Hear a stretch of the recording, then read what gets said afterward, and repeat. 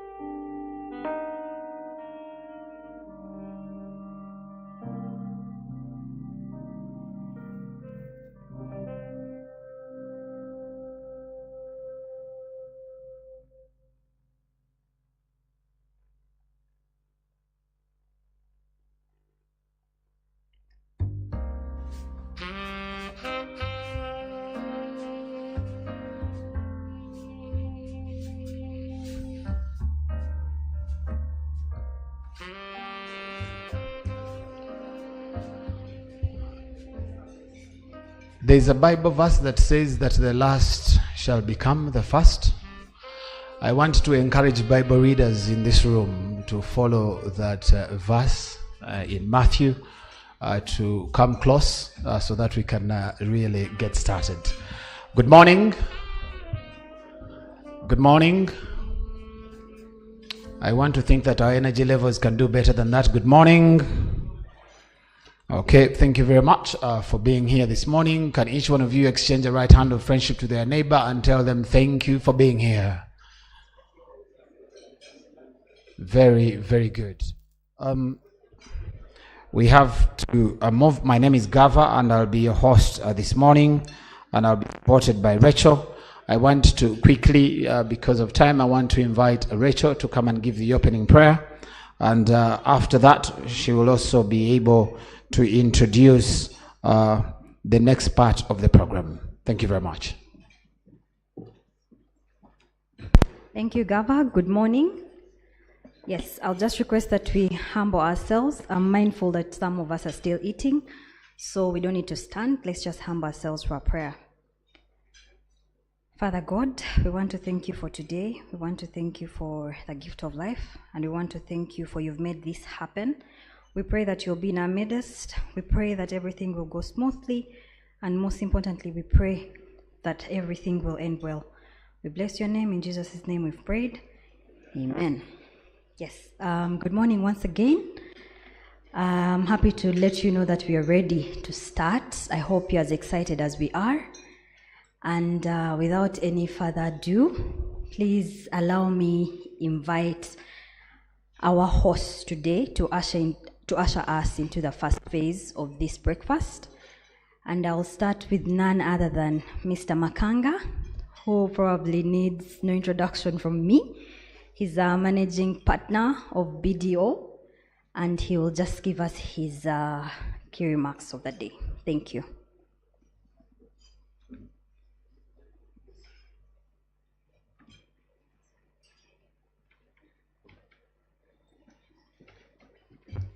Thanks, Rachel. Good morning. Good morning once again, our distinguished guests, colleagues, and friends.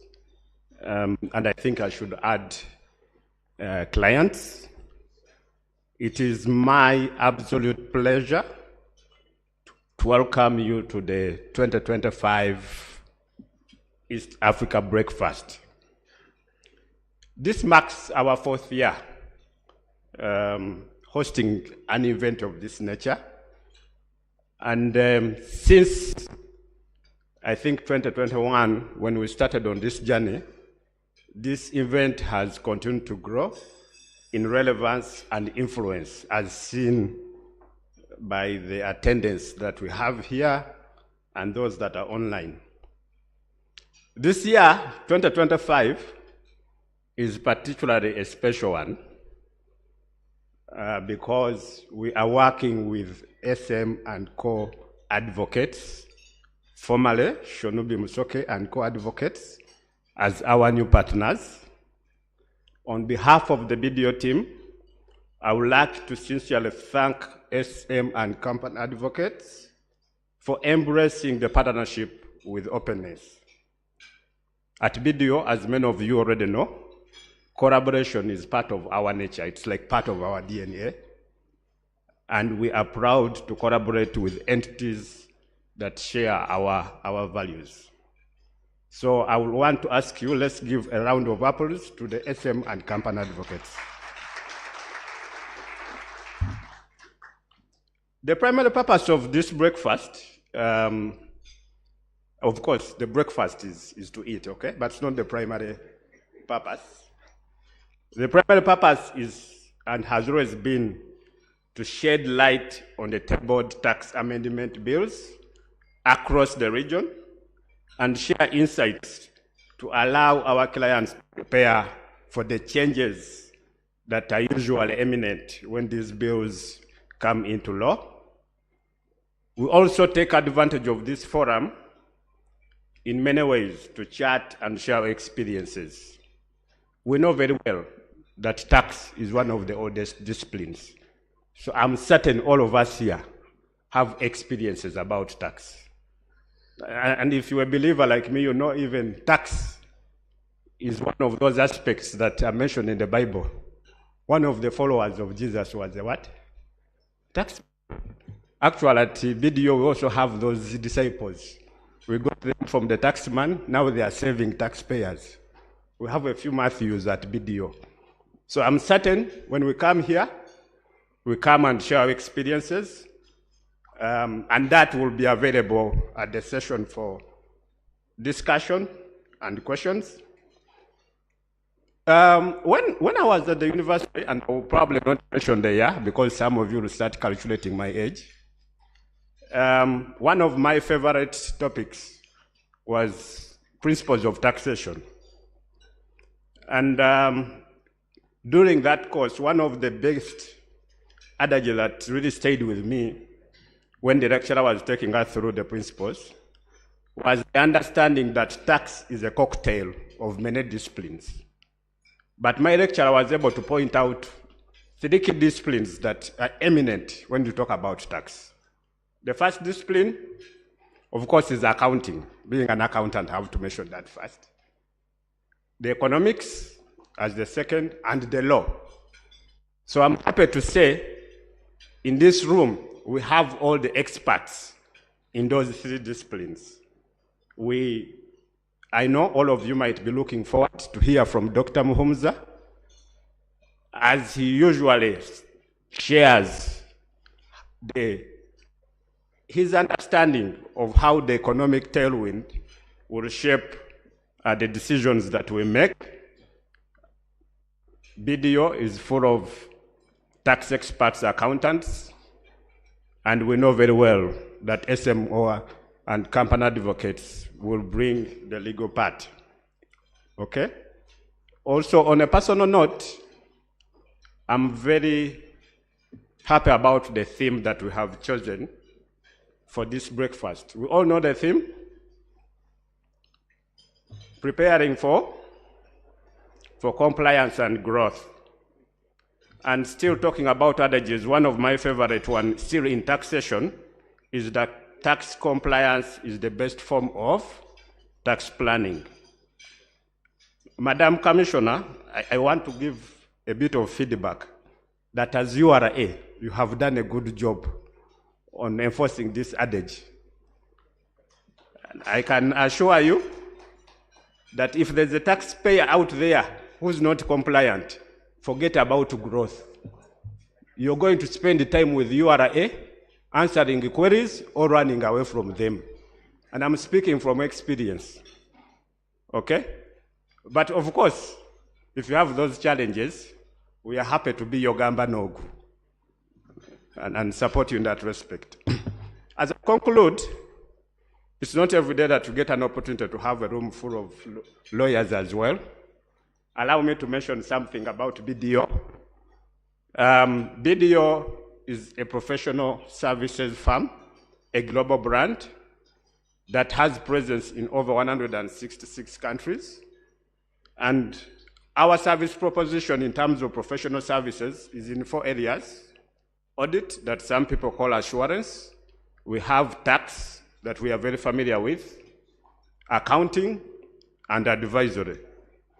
I'm glad that today, some of our regional experts, as BDO, will be joining us online to share what the tax process looks like across the East African landscape, and, of course, support you if you have presence there, or if you have plans to go there, or as well as support those businesses that work within those jurisdictions. As I conclude, I want to confirm that BDO is committed to be a partner that adds value to our clients, and not just our clients, to the economies and the communities where we operate. And Uganda is no exception.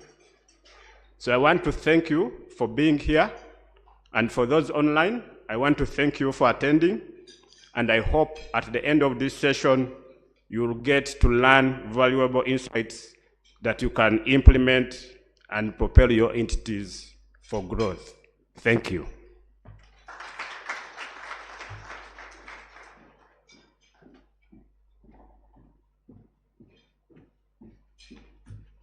Another round of applause. That wasn't loud enough. Thank you, Mr. Makanga. That's the managing partner at BDO. Apologies if we did not introduce ourselves, but my name is Rachel Kembabazi. I'm a senior associate at SM & Co. and will be one of your moderators today. Yes, we'll then get to the next part of this partnership, and we'll hear from our senior partner at SM & Co. That's Dr. Alan Shonobi, who's already in our midst. He's actually Dr. Shonobi, the Shonobi in Shonobi Musoke & Company Advocates. So I'm sure most of you have heard of him. He's a recognized statesman that has been ranked both locally and globally. And so to say that SM & Co. has actually existed for over 35 years. This is a premier law firm in Uganda. So allow me invite Dr. Alan Shonobi to come and give his remarks. Thank you.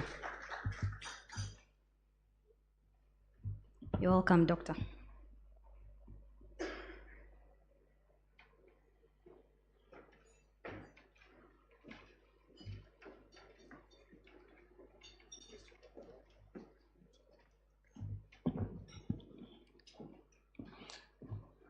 Thank you very much, Rachel. Ladies and gentlemen, our guests today, officials from the URA, our guest of honor is not yet here, but I welcome him all the same. Welcome to this breakfast. This is a significant event because it promises to reoccur every year in the future. Before I go into our synergy with BDO, which has commenced here, let me give you a bit of a background about SM & Co. SM & Co, of course, those of you who have been with us throughout the years, is close to 38 years old. And therefore, we needed to have a change from Shonobi Musoke & Company to SM & Co. Why did we have that change? Change is inevitable. The lecturers you had in university are not there anymore. The teachers you had in secondary school are not there anymore. Likewise, with the law firm, there will be changes. Younger lawyers will come in to replace the older ones. Newer lawyers will come in to replace the older ones. The focus will change. And hence, with this in mind, the objectives we had when we started have changed slightly. We started a law firm to deal with corporate matters. Those changed. We still deal in corporate matters, but we have other departments. We have lands, we have banking, we have infrastructure. And in line with all this, we now started to say, let us now have a tax department. Most of you know that, as BDO has pointed out, Mr. Makanga, that tax compliance is now very important. The URA has upped its game, and we must up ours too. We cannot pay taxes blindly, but at the same time we have a duty to pay those which we are duty bound to pay. So for these reasons, we decided to change. And with that change, we started our tax department, which is a new thing, and which will be headed by Ian Mutiwa, who is our new partner. I'll ask him to stand up for recognition. Thank you very much, Ian. Of course, I cannot sit down without mentioning the existing partners, if they can also stand up, the partners who, yes, there they are. We are 8 partners. I think I don't need to stand up since I'm already standing. But things change. Initially, we all would wear suits, and you wouldn't see me in a shirt like this. But I've decided that in line with that change, let me wear a presidential shirt. And so, ladies and gentlemen, friends, BDO, as you know, has been in existence for quite some time and is a worldwide brand. We are therefore very happy to associate with them, to liaise with them, and to host this breakfast and many other partnerships with them. Shonubi Msoke is also a global brand, and now that is a change to SM&Co, it's going even more global. If you look on our website, you'll see our connections with Norton Rose Fulbright, who are also global. So we have a presence in almost every major country in the world, or we have contacts in that country. So this is much bigger than it looks on the surface. And we thank you for having come to be part of this breakfast, to discuss all this tax compliance, and also know that you are joining us as friends of this huge global network. I thank you very much for coming. I hope you have all had breakfast, had something to eat. And without further ado, I will let you proceed with the deliberations for today. Before I do that, I'll ask all our other staff, partners, associates to also stand up for recognition and for a clap, please. Where are they? There should be some. Oh, there they are. Good. Over there. Good. Thank you very much. So thank you all very much for coming, and please enjoy yourselves. I'm sure there's still a lot of breakfast to go around, so please help yourselves to that as you listen to the deliberations. Thank you very much.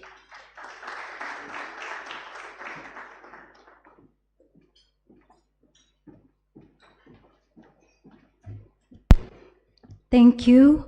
Another round of applause for Senior Counsel, Alan Shonubi. Thank you very much. Yes, and of course this will take us to I think we are doing well with time, aren't we? Yes, it's indeed a breakfast session. So our next speaker is already in the house, Madam Commissioner, as she has already been introduced. Please allow me to invite the Commissioner, Legal and Border Affairs of the regulator itself, the Uganda Revenue Authority, Madame Donovan Catherine Chokunda, you're most welcome. If anyone knows a little thing about her, is she's very big on tax compliance and she partners a lot with the taxpayer. You're welcome, Madame.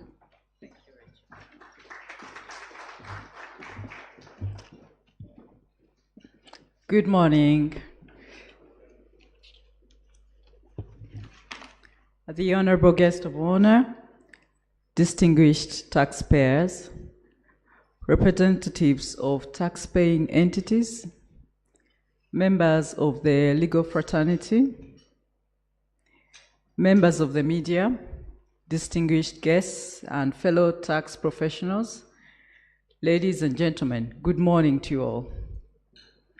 My name is, as introduced, is Catherine Donovan Chokunda, Legal Services and Border Affairs Commissioner for the Uganda Revenue Authority. I'm honored to address you all at this year's annual tax breakfast, a flagship event that brings together stakeholders to discuss Uganda's tax climate and that of East Africa.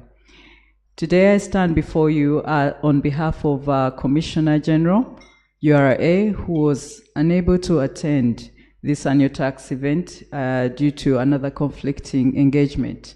He sends his sincere apologies. Allow me to thank the conveners of this engagement, SM&Co Advocates and BDO in Uganda, for having organized this very important event to discuss the tax amendment bills which were recently tabled by the Honorable Minister of Finance, Planning and Economic Development to the Parliament of Uganda for consideration. The theme for this breakfast is preparing for compliance and growth. A very topical, really, discussion to have given our current environment. The theme is particularly relevant as we navigate the evolving tax landscape in Uganda and the world at large. On the 25th of March, 2025, the following bills were published in Uganda Gazette, number 25 that's volume 78. The Income Tax Amendment number 2, Bill 2025.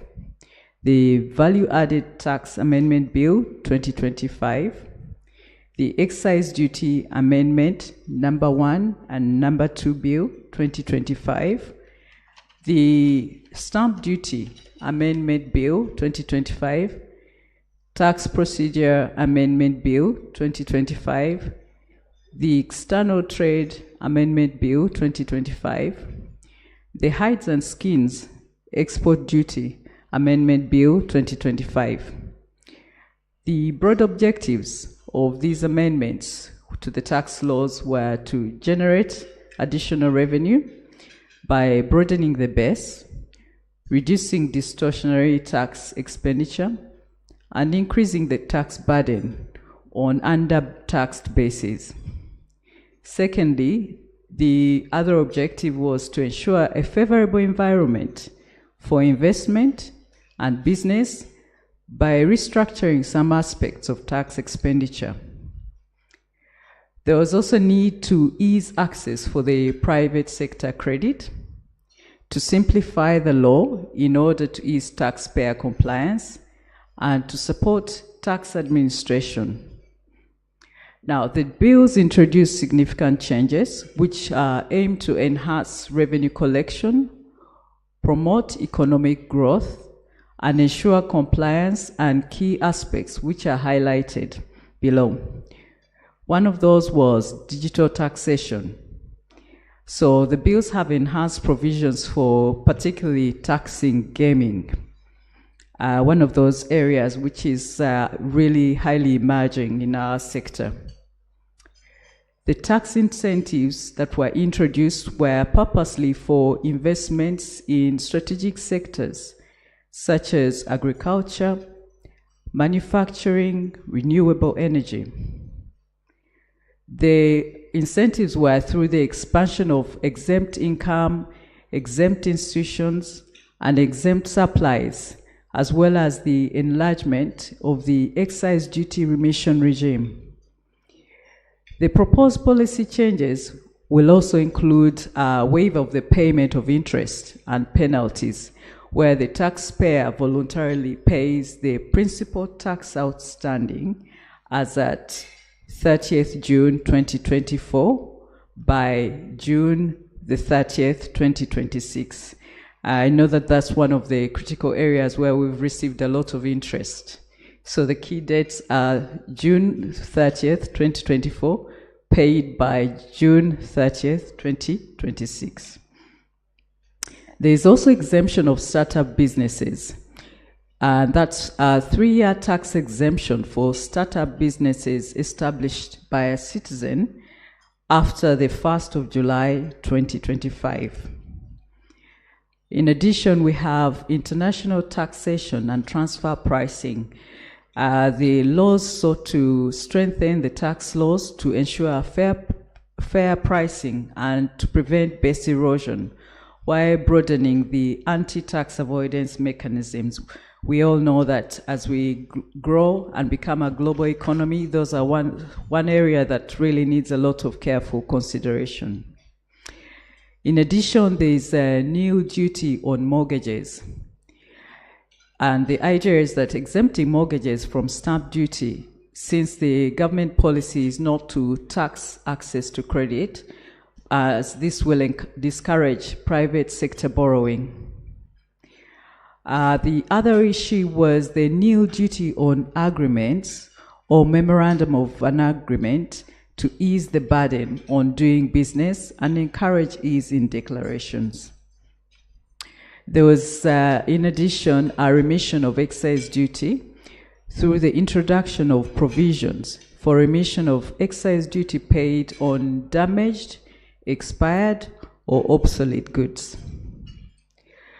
In order to promote local content, there is an increased exemption threshold for locally sourced pulp for fruits and vegetable juice from 30% to 50% to promote value addition and the use of locally grown fruits and vegetables.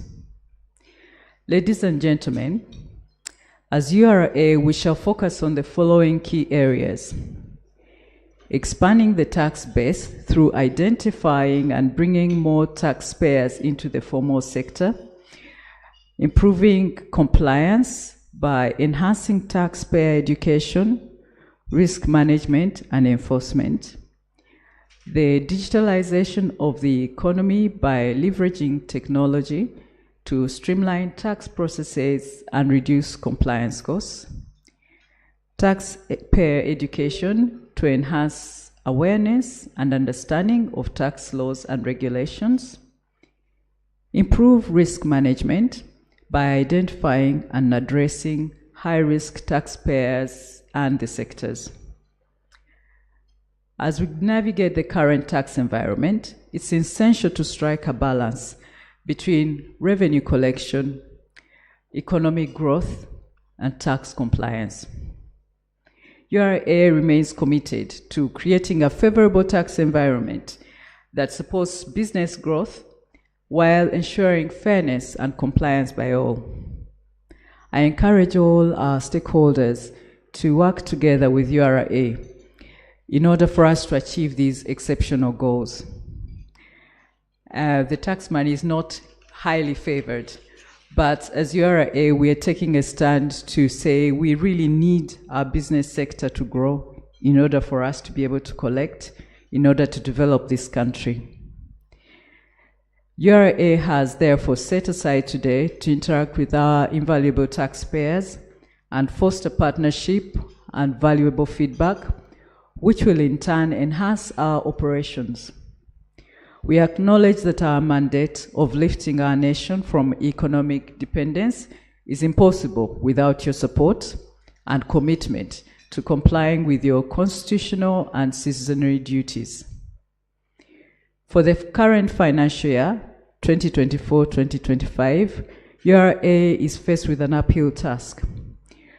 We are collecting 31.2 trillion to fund a substantial part of our nation budget.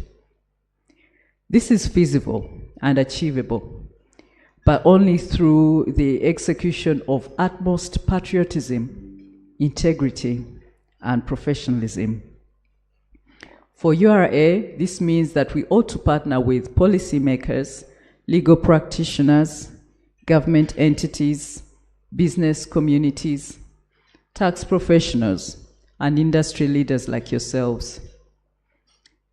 In this respect, URA is committed to fostering economic growth and transformation in an inclusive and sustainable manner.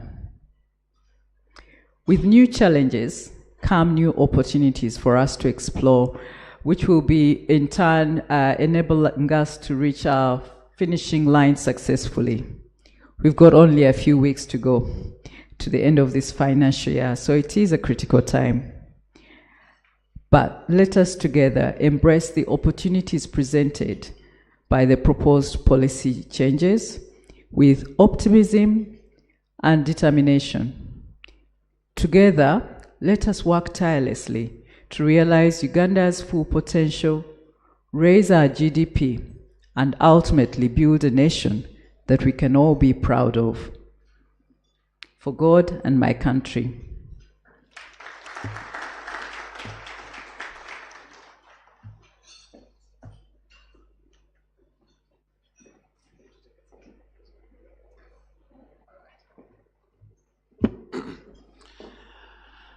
I know that all of us have our experience with taxes.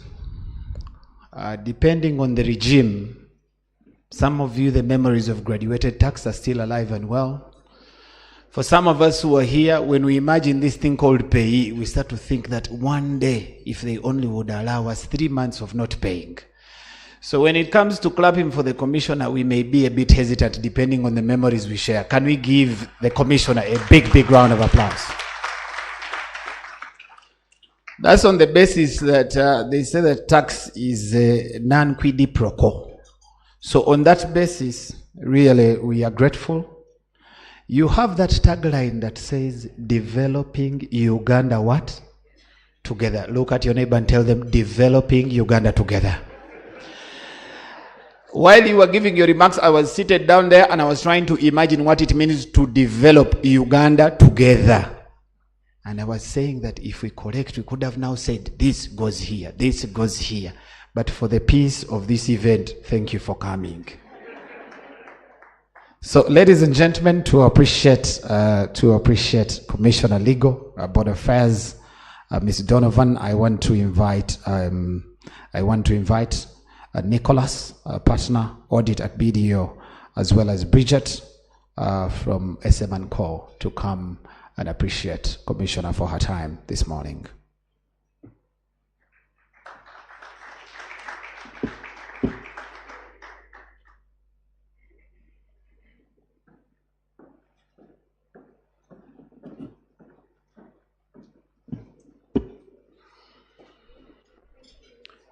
Just a minute.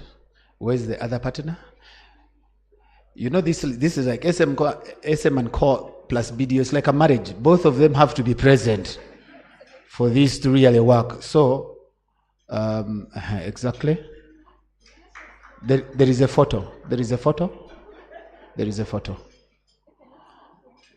All right. Okay, so one partner. Now that you've handed over one partner this side and the other partner to really sandwich URA, making the relationship more consolidated. Yeah. All right, another big round of applause for our commissioner.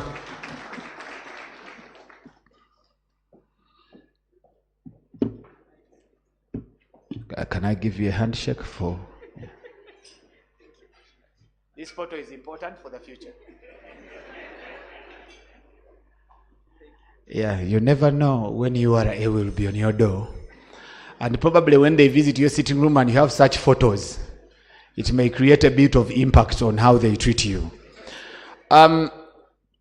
Just before we move to our next part of the program, I wanted to just remind you of a few of the comments that were shared earlier The managing partner at BDO made mention of the fact that you either comply or keep running away. Did you hear that?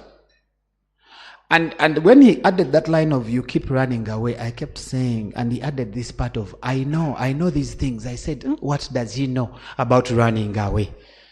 But thank you very much. I like the fact that you were able to inform us about the theme and why it's critical for us to comply to ensure growth. Can we give Senior Counsel a big round of applause? Senior Counsel Dr. Shinobi, another big round of applause. I'm sure that many people are inspired by him, are inspired by what he has done for himself, but also this country. I wanted to tell the young lawyers that do not be told that if you put on that shirt at this level, you'll be able to win so many cases. Don't be misguided. It's important that by the time you put on that shirt, there are specific qualities or elements that are with you. One, you're no longer paying rent. The second thing, you are no longer driving yourself, they are driving you. I just wanted to shed a bit of light on why that shirt and why the rest of us have to be in suits for now. Is that okay? Doctor and Senior, we want to thank you very much for your contribution. But I also want to guarantee you that the move from Shinobi and Mosoke to SM&Co is a very good one. For the Gen Zs, it sounded very good. SM&Co, it feels super. Isn't it? It sounds very good. You need to hear Rachel talk about it. I work with SM&Co. Ladies and gentlemen, now that is done, allow me to take you to the next part of the program. The next part of the program is going to be done by one senior economist by the names of Fred Muhumuza, who has experience of over 27 years in the development, policy, research, and analysis with prior teaching at Makerere University, Chambogo, and African Bible Universities. He has conducted institutional analysis, strategic planning, and capacity building. He has worked as an economic advisor to the Ministry of Finance, Planning, and Economic Development. Ladies and gentlemen, join me in welcoming Dr. Fred Muhumuza.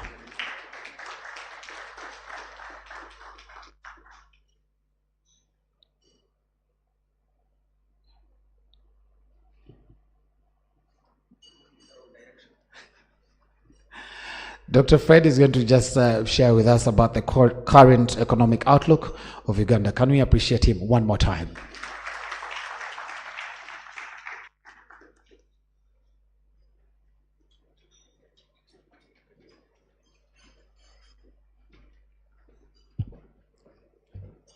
Good morning. I'm only hoping that what I'm putting on will not be confused for a Kaunda suit, because I have many colors of these, including army green. But this is Mao Zedong, this is China. I hope those arresting people will know that this is not a Kaunda suit, because I may spend some 3 days before they discover that. Good morning once again. We'll be talking about a few things here and off we go. I intend to talk something about China. We spend tax policies and tax discussions as if tax is about revenue. Tax is a development policy. And after you have developed, then you get the revenue. Because tax is a function of the economy. For those of you who did simple economics, capital T is given by small t multiplied by y, where small t is your tax rates, right? And then the y is the economy. Now, unfortunately, Uganda's tax policy speaks more to revenue. I have read and been part of the domestic resource mobilization. It focuses more on how do we get the tax out of this economy and not how do we develop the economy. There are a few elements that come in there, but I'm looking forward to a time when we shall design our tax policy deliberately to build the economy, and then the other one will be a consequence that now that the economy is grown, we can now tax. There are people who are saying we are taxing very little because we are informal. That's not the problem. Informality is not the problem. The biggest taxpayers in this town, the telcos of this country, pick that money on our behalf as government from largely the informal sector. You buy data, you don't have to be formal, right? All you need is a number, talk, send money, chat on, and taxes are being collected. So the only thing I need that should be formal in that space is MTN and Airtel.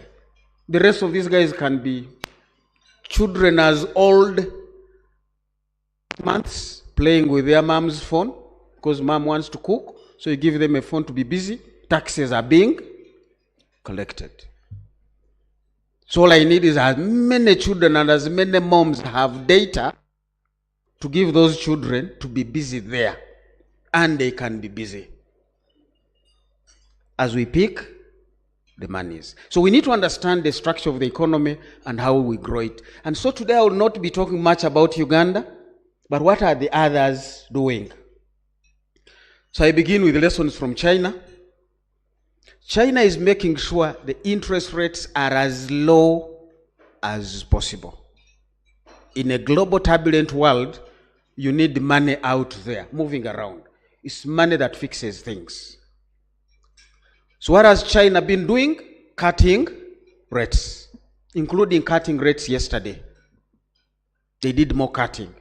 What has China been doing? Making sure people spend.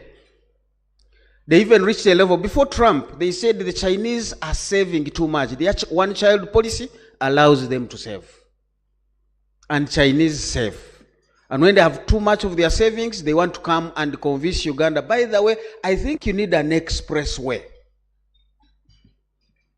Can we give you money and you buy it from us? So the expressway is an import from China. That road, we imported it from China. The airport in Kabale is an import from China. So when you want to negotiate loans, it does not feature among the loans for negotiations. Because that was not a loan. Any money was picked from the Export-Import Bank from China is an export from China. But we didn't have money to pay for the import. They gave us the money. But they are trying to make sure they spend their savings globally, open up global value chains and logistical chains, and send their money out there so that they can revive their own economy. And that's what Trump is fighting. But for them, the economy must grow. So they came to the Chinese citizens who are not buying durable goods. They said, for any durable good you buy, the Chinese government will put for you 60%. So you want a TV? Just pay 40%. We'll pay the difference. Is it because they want you to have a TV? They want you to spend that 40% you're not spending.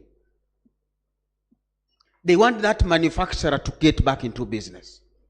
How do you make the economy active? So the Chinese have a few things for us. As you can see here, their benchmark interest rate. The highest was 5, and that was in April 2014. But on average, they have been at 3%. They cut it on Tuesday, which is yesterday, because of the global turmoil. When things are bad, you lower the rest so that people can invest. Now, rates have a function of inflation, and in Uganda, I think we deal more on inflation than development. But you can't just keep stabilizing the economy. A patient who is stable in intensive care unit is not good enough. So to stabilize our economy when it is in ICU is not good enough. This economy must come out and work. So we need to get that balance, and between me and my colleagues, we are still having that debate. You cannot just keep saying my inflation is low and you go home and sleep. The economy is not growing. And I will say it again to everybody, whoever cares, the tall and the short, the big and the small, the powerful and the none, growth rates below double digit for Uganda are not worth a celebration. So let nobody tell you Uganda is growing well at 6%. It's not. That's why we can't find money to do the roads, to do health, to do security, to do education, and to do every other thing. This economy must grow double digit. Anything less than that, please treat that economist with caution.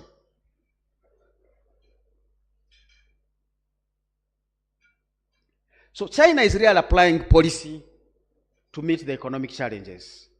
You want to increase pressure from weak domestic consumption, as I've said, and rising, because they have pressure from weak domestic demand, just like Uganda, as you'll see later. The central bank would adopt a loose monetary policy, lower rates, so that people can borrow and invest. People can borrow and consume. You want those guys consuming to jumpstart your economic system. So the 7-day rate in China is 1.4%, having been cut from 1.5%. Anybody wants to get what the 7-day rate is in Uganda? Double digit. And the 1-day rate. You borrow money today on Wednesday from a bank. This is a bank borrowing from a bank. You're going to pay anything in the range of 9% to bring it back tomorrow. This is interbank borrowing. So I lend it to you at how much? So if one bank borrows $1 billion from another, tomorrow it must bring back the $1 billion plus 90 million. This bank, what has it done with the money? So China has even cut the reserve rate. Now in Uganda, we see this is inflation. Ladies and gentlemen, inflation in Uganda is right now more a function of fiscal rather than monetary policy. And there's no, my friend Atingego will resolve inflation and cause growth minus addressing the fiscal challenges. So the problem sits with the Ministry of Finance, which is the president's docket, because the Constitution gives him the power to be the Minister of Finance. Our friends in China, not only did they cut rates, they also put $138 billion into the economy to allow more money into the system. This is really like somebody is anemic, you want to get them back into systems. Give them the right food, but also you can inject some blood. Now, we are not seeing that in Uganda. So growth in Uganda, which is going to feed into revenue monetization, is with that policy dilemma, and which we haven't been able to fix. What are the Europeans doing? They also cut their rates in March, warning of the phenomenal uncertainty, which is also affecting us, including risk of trade wars. We are lucky that all we sell to Europe, we have no competition. It's coffee. It's gold. The gold, remember, here in Uganda is transit gold. So we only pick a small portion of it. And surprisingly, it's not finding its way into the banking formal systems, because the gold traders are informal.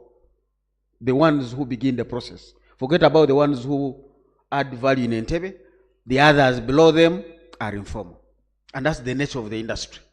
That's why every time you keep reading somebody has been ripped off, police is chasing police, the military is chasing the military, gold deals.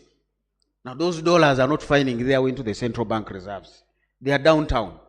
You can borrow $1 million downtown in a minute. Try to get that from a bank, you will take a month. And by then the opportunity is gone. So everybody seems to be lowering their rates, and that's the key message from Europeans as well. Some countries even have negative interest rates. For years, Japan had negative interest rates, and they were looking for inflation, by the way. Japan has been looking for inflation for about 2 decades. They couldn't find it. So when you hear tax to GDP ratio, again, treat that economist with a lot of caution. Tax to GDP ratio is not a relevant indicator to anything. It's like saying the bigger the head, the more the wisdom. I teach students research methodology. I'm like, you must find the right indicator. If a child is tall, doctors will say there is height for age. Fine, you are tall, but is that why you should be at this age? You may be tall, but surely you should be tall at that age. So debt to GDP is a very wrong indicator. It never speaks anything. Japan had a debt to GDP of 234%. But Japan bought $1 trillion of American bonds. Interest rates in Japan were negative. So whoever had lent money to Japan was actually paying the Japanese government by lending money to them. And Japan was making 3% of its $1 trillion invested in American bonds. So I can actually borrow in Japan at negative rates and invest in American bonds at a positive rate. Now, do you compare Uganda and say Uganda's debt to GDP is 50, Japan is 234, so Japan is badly off? It is a structure of the debt. These are basic economic policies, and they have been misled by wrong indicators. And they have put us into a very bad shape. So Switzerland, negative interest rates. Japan is just now above slightly 1%. Where is Uganda? We had the monetary policy statement issued last week, I guess. That was May 13th. And these days, to avoid any mix of things, I screenshot.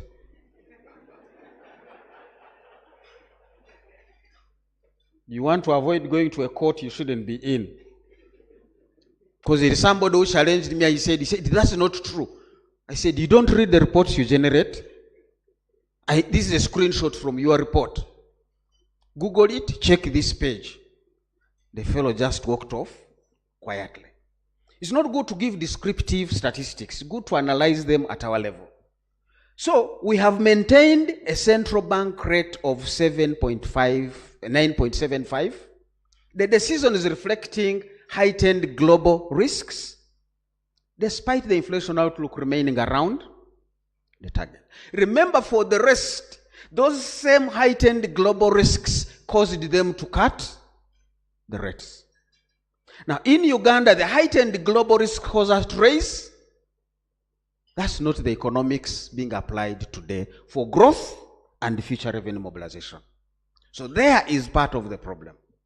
And this discussion we are going to have with the people responsible for this document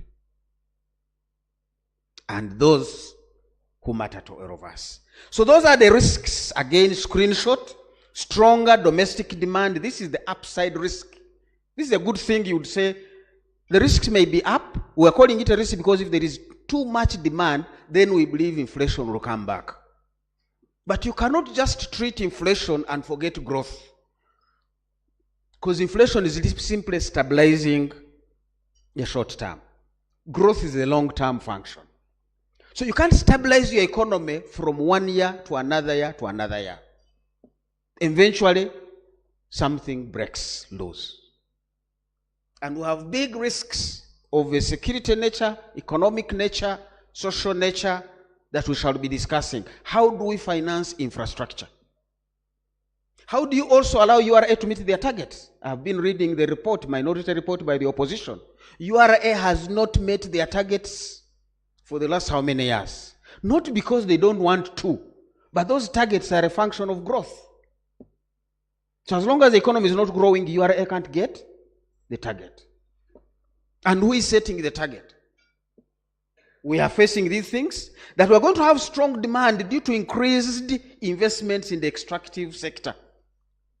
Whatever that means, I don't know. I know we're talking about oil here.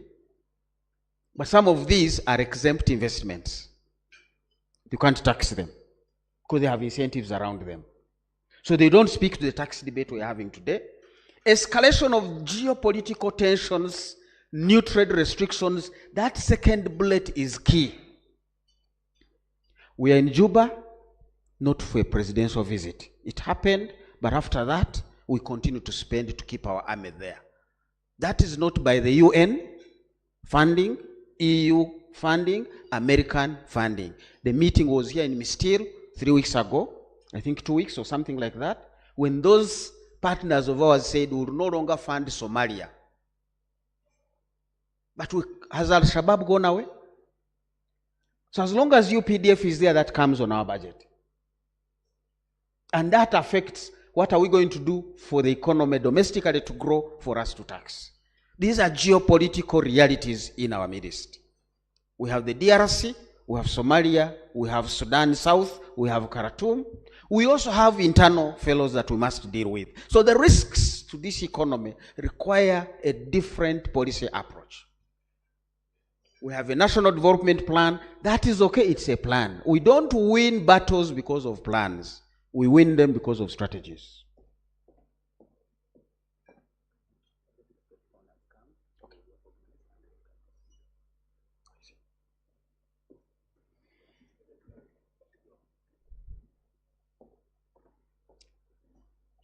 This is another screenshot for avoidance of doubt.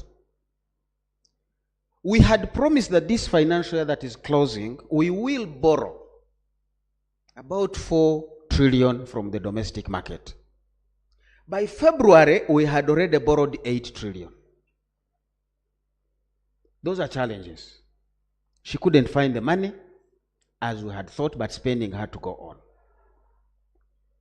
By end of the year, I don't know how much we'll have borrowed. But the other sad part of it is every time we borrow, if you look through there, 60% of the borrowing goes to service the debt. So I've reached a level where we are borrowing to manage the debt. We call that a debt trap. You borrow from John to pay James so that when you go back to John next week, he's available to lend to you. But that's not a good way to grow and develop our economy. And we need to resolve that slide there.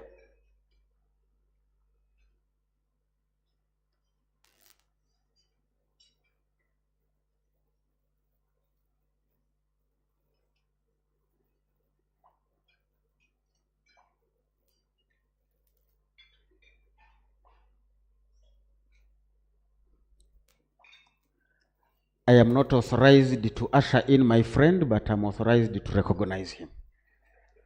Welcome, sir. They will do the protocols at the time that they are supposed to do them. Those who are authorized to do so. My shoes are made of the different leather. And part of the things I've seen on leather is a tax that leather must not go out unprocessed. Sometimes it's nice to let the eggs leave the farm and go as eggs, because you can't make an omelette from the farm. The omelette must be made at the Sheraton. But for that, Sheraton will charge you 15,000 for the 2 eggs. Now the farmer has no right to come and say, I'm being cheated, because the eggs left here at 500 each. I must now add value to the eggs at the farm. Can you eat an omelette from Kayunga farm? So some things we must recognize the realities, and I will be ending with that. Welcome, Attorney General, sir.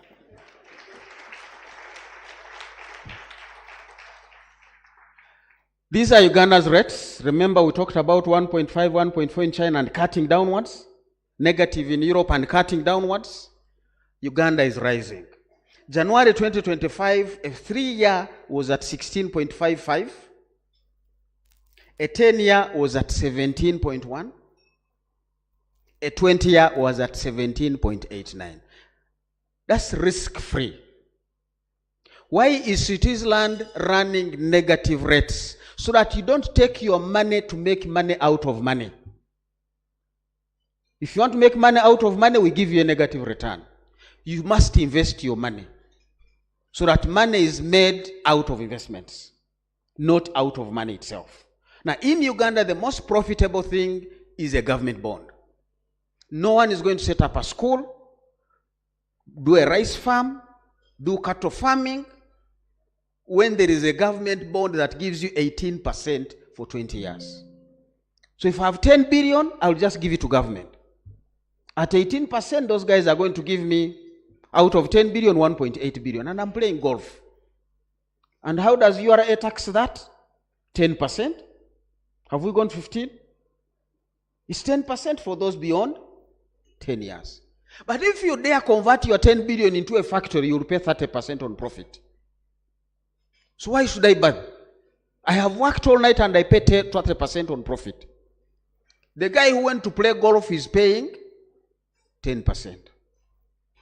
Now it depends on what the government is going to do with the 10 billion. If I remain with it and grow the economy, employ some people, pay some employees, do all sorts of things, demand will come through the economy, we can tax. But if it goes on the side of government, I don't know what happens there, and I don't want to discuss that. Because you know it. We are importing things. That red line is literally things we should have produced here. That is vegetable products, animal beverages, fats, and oil, not the other oil for vehicles, cooking oil. These are things we should have produced here. But we are importing them. Why? The people with money, the people with land have gone into government bonds. They don't want to invest to produce these basics. So the things you are eating on your tables, chances are they have come from Tanzania. So we are creating jobs in Tanzania. We are stimulating the Tanzanian economy at the expense of our own spacing. The bars in green is the total exports for the country, and of course the scale is on the secondary, the right side. But the black line dotted is mineral products excluding petroleum. These are our imports. So which are these minerals that we're importing that heavily? The bulk of it is gold. It's a good trade. You are surrounded by people who don't add value to their gold. They bring it here, we add value, we get some portion of that to stabilize our economy.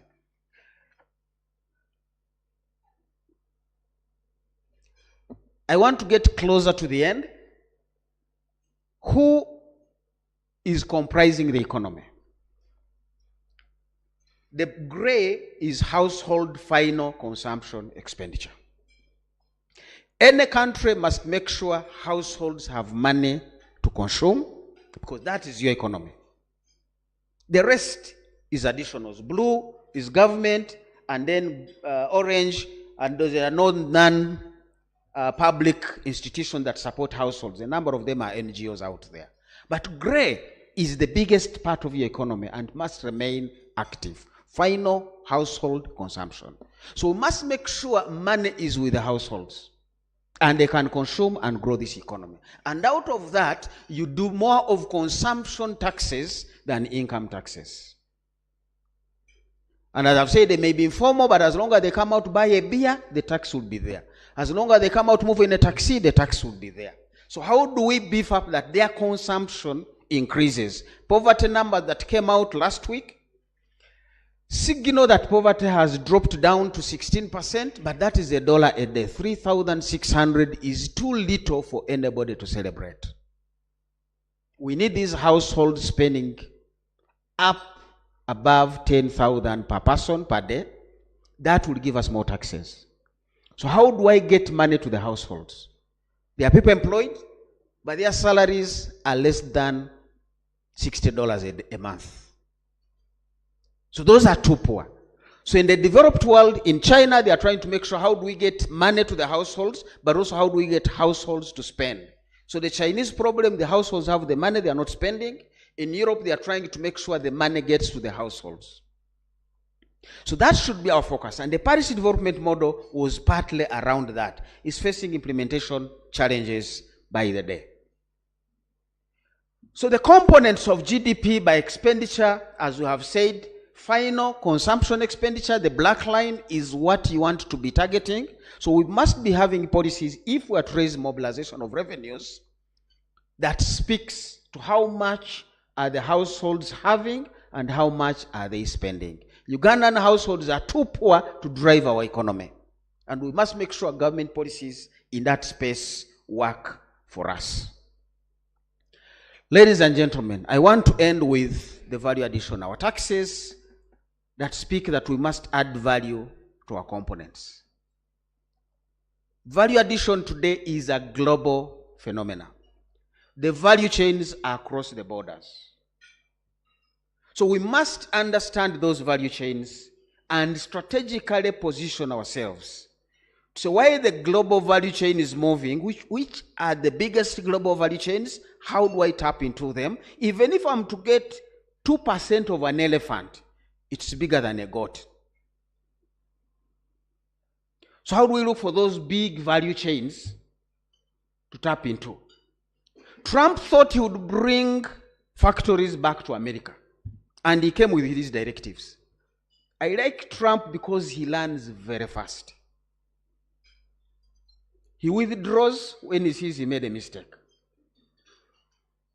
Mr. Attorney General, sir, I'm looking for executive orders. Changing laws takes ages, but regulations allow us to be more flexible. Development is about strategies, not plans. If I say I'm going to Jinja and they tell me there is chaos in Mukono, my plan doesn't change, but my strategy will certainly change. And regulations speak more to strategy, and they are easier to implement. So when Trump put sanctions on Mexico and Canada to bring American motor vehicle factories home, he was told, sir, the vehicles are finalized in America, but the bulk of them is Canada and Mexico. So if you put a tax on imports from those two countries, a motor vehicle in America was going to have an extra $3,000 cost, and nobody would buy them. One of the most important components in a motor vehicle is a piston, and I tracked this. For vehicles made in Michigan, the piston, just a small part, but that's the power of your engine. The aluminum is converted into powder to make sure it is fine and refined. That process happens in Tennessee. Just converting the aluminum into powder is done in Tennessee, in the United States. Then it is turned, the powder is turned into rods in Pennsylvania. That's another state in the US. Now, the rods are sent to Canada for polishing. That's an export. Then the polished rods are sent into Mexico to be converted into pistons. And then the pistons are sent into Michigan to be assembled into the motor vehicle engine. So even as we pass policies on no export of this, no export of this, we want to add value. The most important thing is the strategy. Who should I ally with in the coffee sector? We are not going to add value to coffee to the final stage in the Ugandan borders. That's for a fact. Any money we are putting into that venture is not going to give us the value. It's a good discussion, it's a good talk, it's an experiment that I would not even do beyond senior 2, where you light a Bunsen burner and it burns you, and you learn one thing, a Bunsen burner burns. And you move on. It's not going to happen. Because the Ugandan consumers, we don't consume more than $2 million worth of coffee. So that consumption is not good enough to set up a factory and sustain it, if you are targeting the Ugandan market. And processed coffee will not enter the European markets for many reasons. Because coffee is blended, right, like the omelette. Spanish, plain, it's done here in Sheraton, not at the farm. And many other things get into it.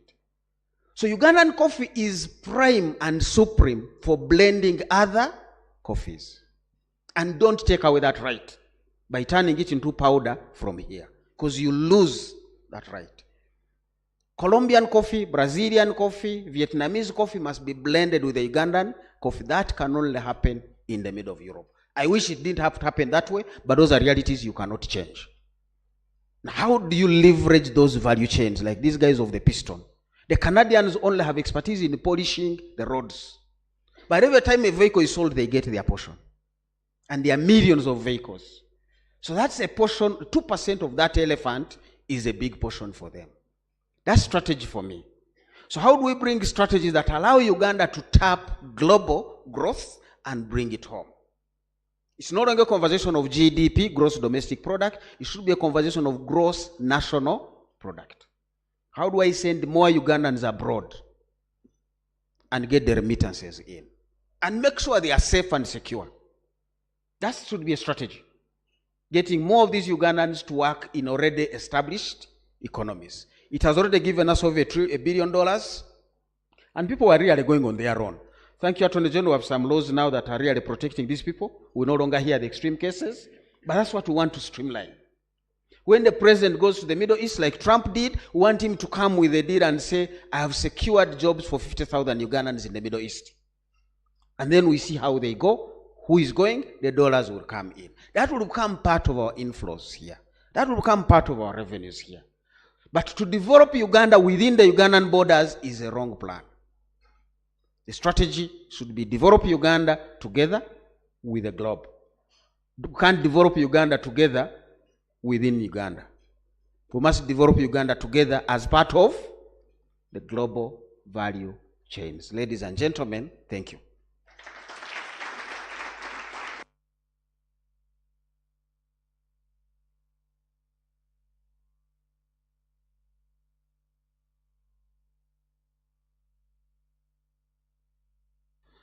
I'm sure that there are economists in the room. When you listen to Dr. Fred, you get a feeling that you needed to be in class a little bit longer. Can we appreciate Dr. Fred one more time? I want to invite Andrew, a partner at SM&Co, and then Maureen, the HR of BDO, to say thank you to Dr. Fred.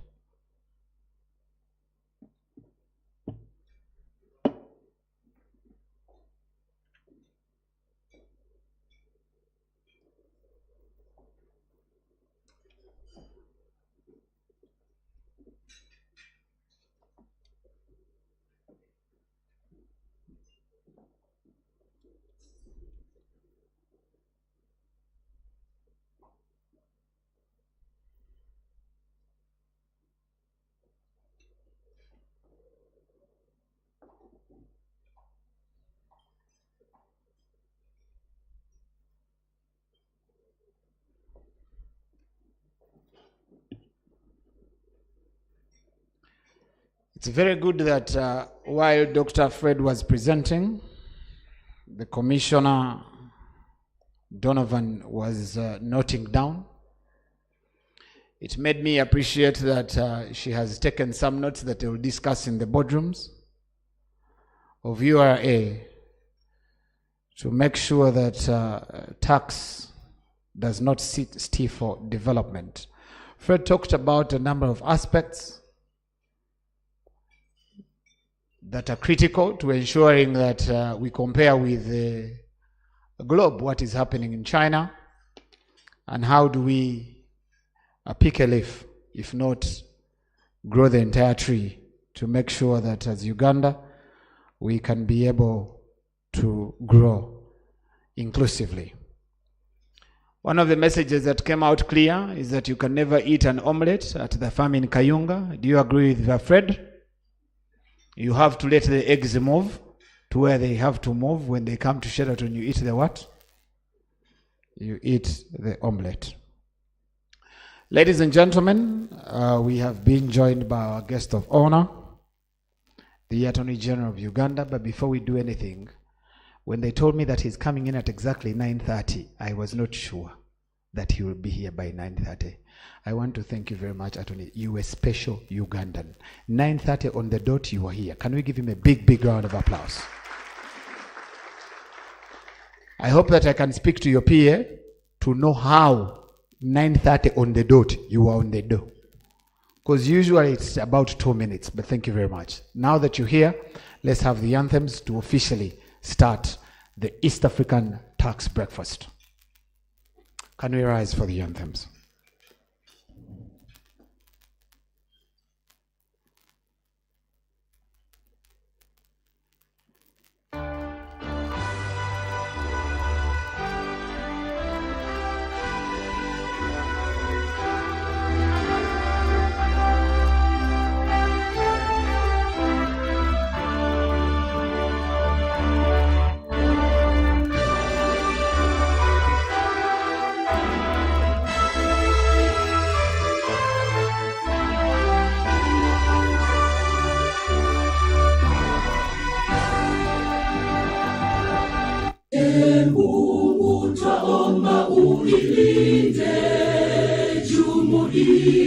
Afrika Mashariki, tuwe tuwezeshe kuishi kwa amani, tutimize na malengo yetu.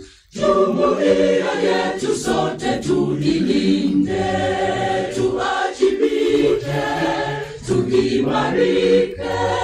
Umoja wetu ni nguzo yetu, idumu jumuiya yetu. Thank you very much. Let's take our seats.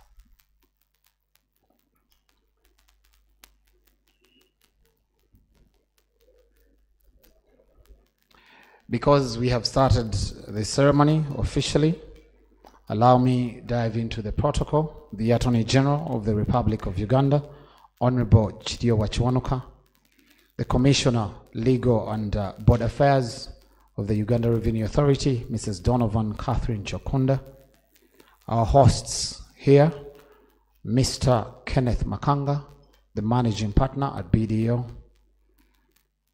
Senior Counsel and Dr. Alan Shinobi, representing SM&Co, regional delegates from Kenya, Rwanda, Tanzania, and DRC,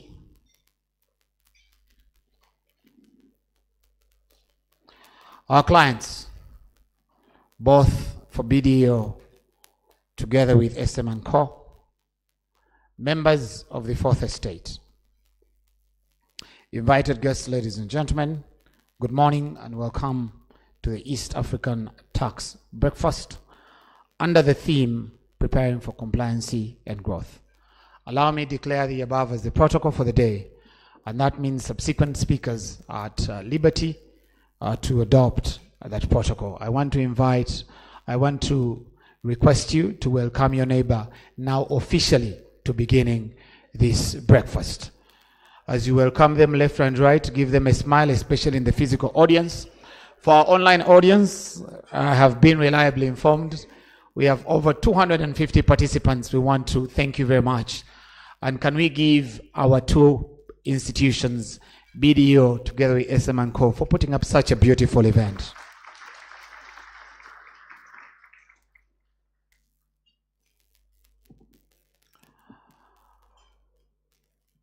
Guests of honor, by the time you walked in, Managing Partner of BDO, Mr. Makanga, seated next to you there, had already prepared, he had already presented and shared with us that the essence of this breakfast is not just food, but it's just to prepare the community, their client base, to ensuring that they are compliant for growth. The same message was alluded to by the Senior Counsel and Dr. Shinobi, who's representing SM&Co, for why they joined this partnership, to making sure that they can be able to share perspectives that support their client base. By the time you walked in, I am sure that the face of Commissioner Donovan is not very new to you. She had also presented to why revenue is a key element in their job, and they continue to do what they do to making sure that we develop Uganda together. Everyone in the room agrees that all of us are doing that to support URA to develop Uganda together. I'm sure that your very good friend did you justice, Dr. Fred Muhumuza, to welcome you here, and he did very well to let you know of what is happening in different countries like China. He shared what is happening in Switzerland, where they're having negative interest rates, which I think is a critical element for us to think about, because ideally when he made mention of the return on investment for bills, bonds, 17%, you'll find that a person who has started up rearing chicken or starting a farm probably will not have that level of return after a period of time, say 10 years. So it made us to think why it's critical for us to reduce the interest rates so that we can continue to improve businesses and their performance. Guests of honor, just like Fred said that his leather shoes are not to invite you, my leather shoes are also not to invite you. because I'm not the organizer. My pay grade is to just talk and entertain people. Let me invite someone who is going to officially welcome you. Allow me invite managing partner at SM & Co, Inoa Mwesigwa, to come and speak the English to welcome our guest of honor.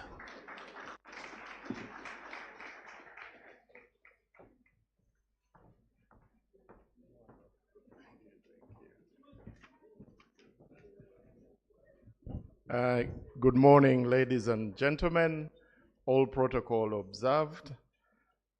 It is my honor and privilege to introduce to you this morning our guest of honor. And I know his CV, I probably won't be able to exhaust it, but I will give a snapshot into who he is. So, a guest of honor, of course, Mr. Chidiowa Kiwanuka, was admitted to the bar long ago. That was in 1998. He holds a Master of Laws, an LLM degree in Petroleum Law and Policy from the University of Dundee.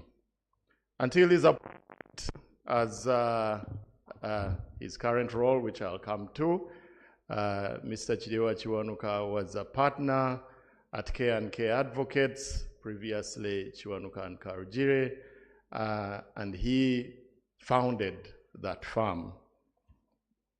Mr. Chidiowa is a member of the Uganda Law Society, a member of the East African Law Society, a member of the International Bar Association, amongst his various institutions that he's affiliated to. KK, as he's more fondly known by most people, served as a member of the inaugural board of the Petroleum Authority of Uganda. He was also a member of the Makerere University Council. He's a member of the Chartered Institute of Arbitrators. He's also an insolvency practitioner, and so don't be going bankrupt anytime soon. And is also a notary public and a commissioner for oaths. Importantly, KK is the Attorney General of Uganda. So whatever I said before, that was just for the current position, the current title he holds as Attorney General, the head of the bar, the one who helps interpret, advise government, and help guide people in making the laws, is our most honored guest of honor today. KK, thank you very much for honoring our invitation on behalf of SM & Co and our partners BDO. And ladies and gentlemen, it is join me in welcoming our guest of honor this morning. Thank you very much.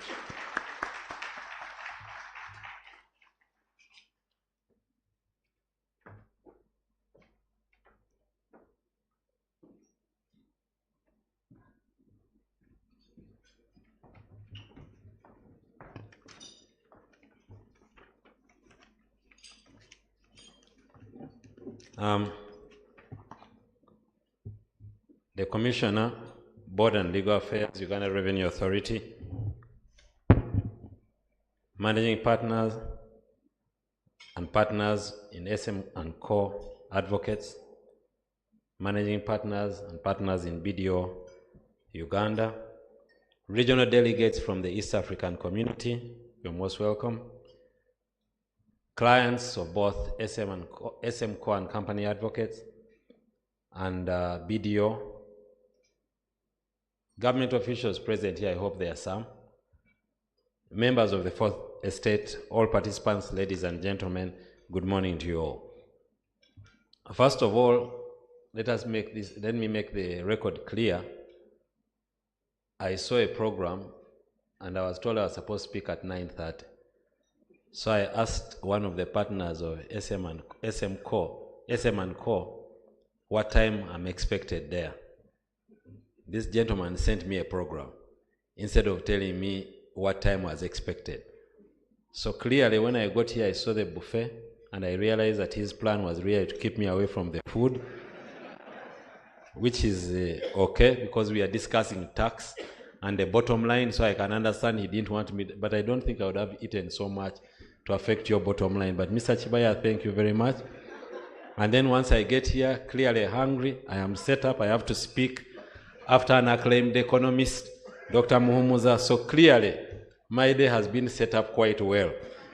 But that is what I get. But really, it's my pleasure to join you today. I am particularly honored to be the guest of honor at this annual East African Tax Breakfast. The gathering today focuses on discussing the recently passed tax amendments, which are currently before His Excellency the President for consideration in accordance with Article 91 of the Constitution. I am delighted to share my insights on the new tax amendments and broad implications and the government's strategic vision for the financial year 2025-2026 at this year's annual tax breakfast, organized under the theme, which is actually interesting, preparing for compliance and growth. The government of Uganda presented, as you may all know, presented 7 bills to Parliament for enactment alongside the budget for the financial year 2025-2026 in accordance with Section 12 of the Public Finance Management Act.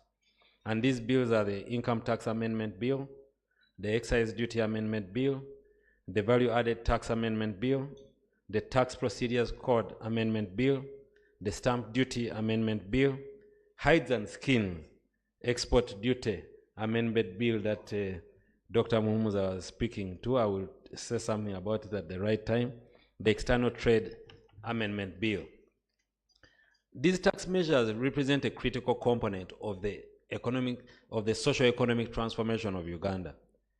They are carefully designed to support business growth, reduce cost of doing business, and enhance revenue mobilization in the year 2025-2026. So those are the 3 fundamentals in this tax policy for this financial year. Tax measures, as I'm sure all of you know, refer to the various policies, laws, and regulations and actions taken by government to collect taxes, manage tax systems, influence economic behavior through taxation. These measures would include the many tax rates, tax exemptions, tax deduction, tax credits, incentives, among others. But the purpose of these tax measures is really revenue generation, which is collecting revenue for government spending and public service, economic stimulation. Dr. Munu, our tax policies are for economic stimulation, encouraging economic growth, investment, and job creation primarily in Uganda. Yeah, primarily in Uganda. As I say, I will tell you later, we do not subscribe to the view that it is impossible to develop Uganda from within. And actually, we don't develop Uganda from within, and I would like everyone here to start understanding that Uganda is now viewed from the view of East Africa. So if you're dealing with Uganda, you're talking about a market of about 300, 400 million people in East Africa. So we can do it, but I'll go on with. But then also we have tax policies that deal with social welfare, redistribution of wealth, supporting low-income individuals, and promoting social causes. And as you were speaking of the PDM, I was very pleased because we need to stimulate that expenditure. Then there's also a regulatory function in tax policy and tax administration. As I speak today, colleagues, I found it very difficult to just talk about the tax bills without discussing tax administration, because these two go together. Tax policy, tax measures, and tax administration. So we have a regulatory function from these tax policies and tax measures, which are supposed to influence behavior, such as reducing consumption of certain goods, on promoting environmental sustainability and healthy living. As you will see as I talk about this, some of the things we do discourage you from doing the things that you are doing. Tax measures can have significant impact on individuals, businesses, and the broader economy, and governments often use these to achieve specific policy objectives. Tax administration, on the other hand, refers to the process of managing and enforcing tax laws, collecting taxes, and providing tax services. While tax administration is closely related to tax measures, it is not a tax measure in itself. So as I go through this on some of the things that we have introduced, you realize that we are trying to make the administration of tax more efficient, but also make it more people-centric.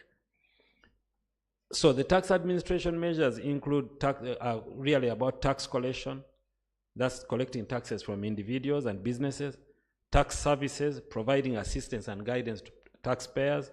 So government is not only interested in collecting taxes from you, it is also interested in giving you guidance and assistance. Tax audits, conducting audits to ensure compliance with tax laws, and of course, tax enforcement where everything else fails. So tax measures refer generally to the policies and regulations, while tax is the tax measures you have tax measures and tax administration. So when you're dealing with these, let's look at both. As you look at what government policy is, what is the government policy on the tax measures? What is the government policy on the tax policies? Yeah, tax administration. What is it that we need to do to make these things better? So a well-functioning tax administration can help ensure tax measures are applied fairly, efficiently, and effectively, which can in turn support the achievement of the tax policy objectives. Ladies and gentlemen, we are currently developing the tax policy for Uganda, which is currently in cabinet. We've discussed it about 2-3 times, and we are yet to get to the bottom of it. But Dr. Muhumuza did mention something. We are more, as government, we are more interested, we are less interested in income tax. We are more interested in indirect consumptive taxes. If a person makes money, then goes and spends on beer, now you can see we've increased taxes. Not really increased, but kind of made it more interesting for you to spend on beer and cigarettes, so we can get taxes from there without necessarily going directly to your income. But we are also not sure, and it is something we shall continue discussing, that we should let the egg leave the garden and come to Sheraton and be eaten here. We need to be careful what we are taking away from the garden, because as you take these things away from the garden, if it is in Uganda here, it may work, but for hides and skins, it's a bit difficult, because with the export of hides and skins, you export the cost on electricity, you export the costs on our jobs. So I don't know how we can get jobs while exporting the input. So we shall discuss that more. But I want to encourage all of you not to have this defeatist attitude that we cannot do these things here. So it is okay to export hides and skins with no tax, so that they can make shoes in London and Paris, because we, the Ugandans, can't make shoes, so that they can now bring us the shoes here. That's not the government policy, and we do not subscribe to that view. But he's the economist, I'm not the economist. You set me up, and now I'm discussing things that I don't quite understand. But what I understand is that we are not going to export jobs, we are not going to export raw materials in order to import the finished product. I think we have acquired sufficient skill and knowledge to be able to translate these raw materials into products we can use, especially if those products are usable here. So our tax policy and policy direction on tax administration for the financial year 2025-2026 have been carefully and thoughtfully developed to strike a balance between ensuring that government enhances revenue mobilization, while at the same time we do not stifle the private sector growth and unduly burden taxpayers. This approach maintains an equilibrium between the need for revenue and the imperative to support businesses and protect citizens' welfare, in alignment with our domestic revenue mobilization strategy. So I'll just point out the key highlights in the financial, and I'm not going to go through all of them. Out of all these, I think I picked out about 10 which I would like to highlight to you and probably explain to you what the policy decision was behind them. So we have an exemption for startup businesses, and when we are done with this exercise, I want you all to reflect on whether government is increasing taxes, because when you people who understand these things are not speaking to them, we get a problem, because I want you to, at the end of the day, to tell us whether government has increased taxes or reduced taxes, so that we are clear, because our purpose was to reduce them, but it looks like the conversation seems to be veering in a different direction. But let us go through these together and then determine whether or not what we are looking to achieve is what we are actually achieving. Government has proposed a 3-year income tax holiday for startup businesses established by Ugandan citizens after July 1st, 2025. We recognize that there are many startups that struggle with a high initial cost that limit their potential growth. The strategic incentives aim to foster innovation across the country, encourage formalization of small and medium-sized enterprises, enhance business survival rates in critical early years, and create sustainable employment opportunities. Additionally, this tax policy will reduce the financial burden on new ventures, stimulate entrepreneurship, domestic investment, and accelerate our economic transformation. When we're discussing this, some people said, why are we the ones who are suffering who have already existed? And the simple answer was that this startup is not in our economic base anyway. So we cannot say that we are removing the tax. It wasn't there. This person wasn't creating any tax. So after 3 years, he will create tax and then your burden will reduce. So that's the policy, the policy direction on that. Remove on stamp duty on agreements. The government is seeking to exempt agreements, memorandum of understanding, and mortgage deeds from stamp duty. This important reform has several objectives. Significantly reduce the cost of debt financing for businesses and individuals, promote broader access to credit, particularly benefiting small businesses and households, improve Uganda's ease of doing business ranking by eliminating unnecessary bureaucratic and financial barriers to formal transactions. Stamp duty, I want to sign an agreement. Before it becomes effective, I must go have it registered, then the system is off, so this person loses about 4 days. So it's not only the money we are trying to deal with, the cost, but even the time within which a person can be able to complete their transaction. So this is supposed to make this efficient. So while you discuss what we are going to lose, what we will lose in terms of revenue, we need to also understand what we will gain in terms of efficiency.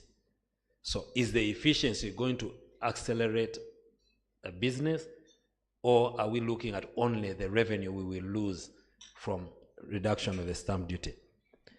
Waiver of interest and penalties for voluntary payments of outstanding principal.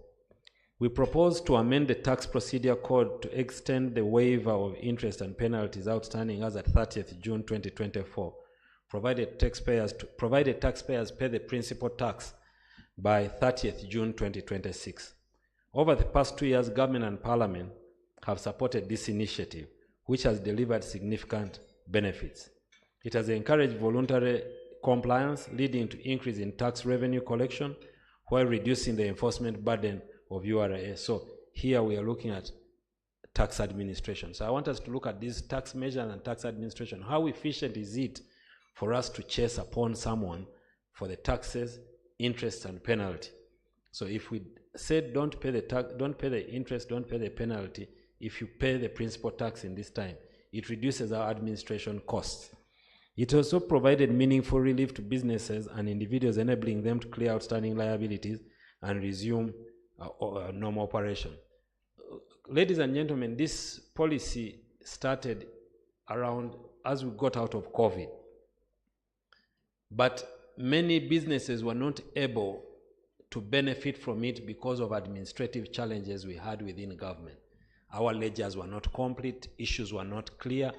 There was always arguments between URA and the taxpayers to what is the principal amount, what is the interest, what is paid first. I am told URA was charging, when a person pays 10 million shillings, you first put some on the principal and then take some of the interest, and which I found I'm telling you, and I've written on this, that's not correct. Interest and principal are separate. You cannot collect interest before collecting the principal, because then the interest never ends, yet the interest should be capped. So those were some of the challenges we had in that space, And that is the purpose of this tax measure and policy. So we are hoping that taxpayers who have their tax issues can sort out their books in this period and then concentrate on doing business as opposed to spending time trying to resolve their tax compliance issues. Then we have a reform of the penalty regime on non-compliance with EFRIS. Uganda Revenue Authority continues to implement the electronic fiscal receipting and invoicing system, EFRIS, to improve tax compliance and combat tax evasion. However, concerns have been raised regarding the current penalty structure, where you are charged 6 million shillings per invoice regardless of the transaction value, which disproportionately burdens smaller taxpayers, even larger taxpayers, but more the smaller taxpayers. So to address this imbalance, government has proposed amending the penalty structure for non-compliance of penalties with instead be calculated as twice the tax owed by the taxpayer. This creates a more proportionate and equitable enforcement mechanism. What was happening before is if I issued a receipt in my restaurant for 40,000 shillings for a meal and I did not issue it on EFRIS, the tax on that for, let's use 100,000, my mathematics plays me. So if it was 100,000, the tax would be 3,000, 30,000. Problem was that person would be charged. It didn't make a lot of sense. So we are trying to make that. But more importantly, we are not interested in recovering the penalty, ladies and gentlemen, clients, friends. We are more interested in collecting the tax. And IFRIS is actually a good thing because it sorts out your tax books. And as I'll go on, those are some of the benefits you'll get from using this system. So that is one of the policies we are bringing up. Then we have an exemption from capital gains tax on business formalization transaction. Government is proposing an exemption from income tax, specifically capital gains tax, on transactions where individuals transfer assets to companies they have established and control. This represents a deliberate policy intervention aimed at encouraging the formalization and incorporation of informal businesses. Currently, many Ugandans operate businesses as a sole proprietorship or informal entities. When these entrepreneurs seek to transition to formal corporate structures for purposes of growth, maybe access to finance, improved governance, and succession planning, they face capital gains tax liability simply for transferring their assets, their own assets, into companies they fully own. The tax burden creates a significant disincentive to formalization. Today, you have a conversation that is consistently going on about succession planning and the use of trusts and the use of companies to manage succession.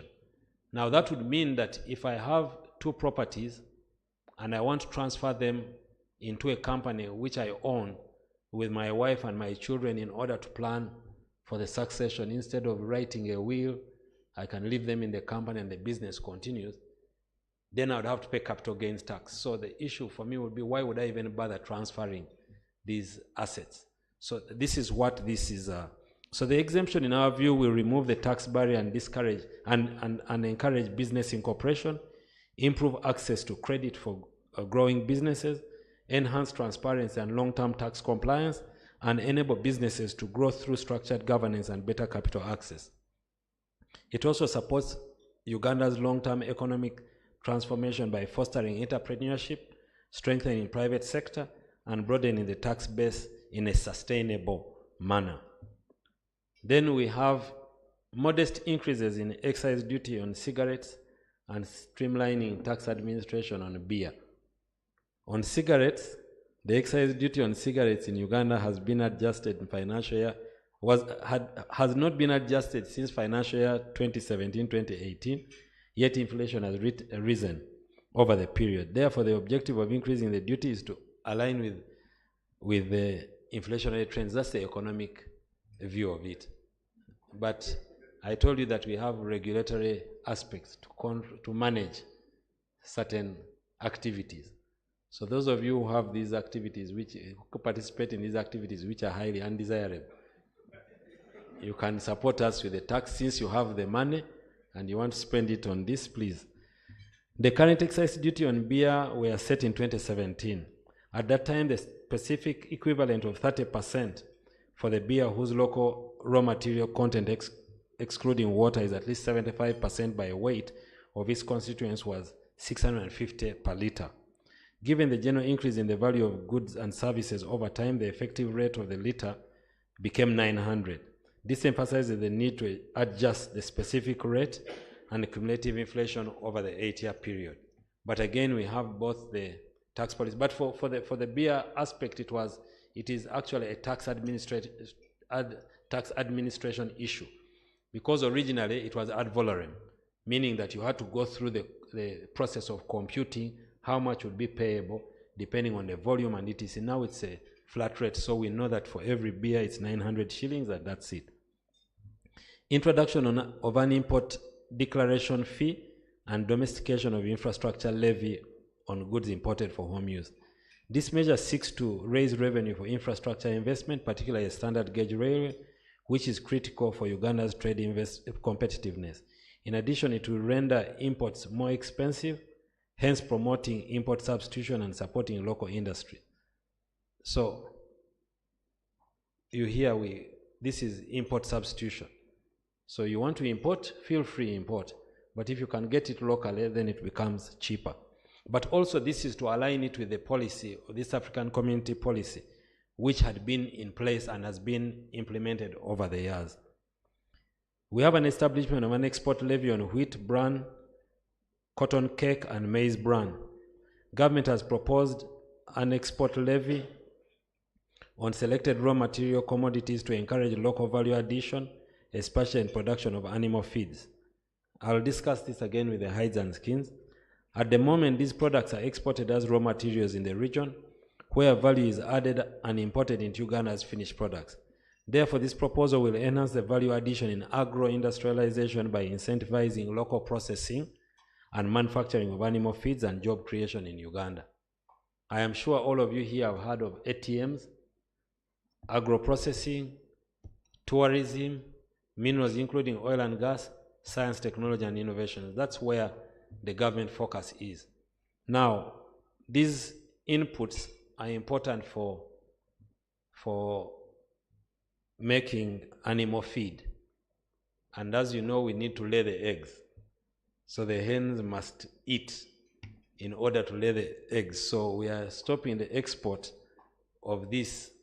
We are putting an export levy to make it, to support the local industry which is making the product. And it's the same concept we are having with hides and skin.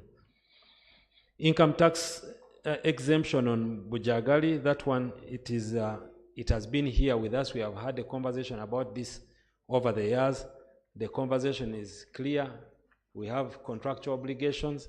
Either we pay it in the tariff or we exempt the tax. Now, in Uganda, our strategy and the plan, His Excellency the President's plan, is to have electricity down to 5 cents per kilowatt hour. And it did not make sense for us to increase the tariff in order to collect the tax again.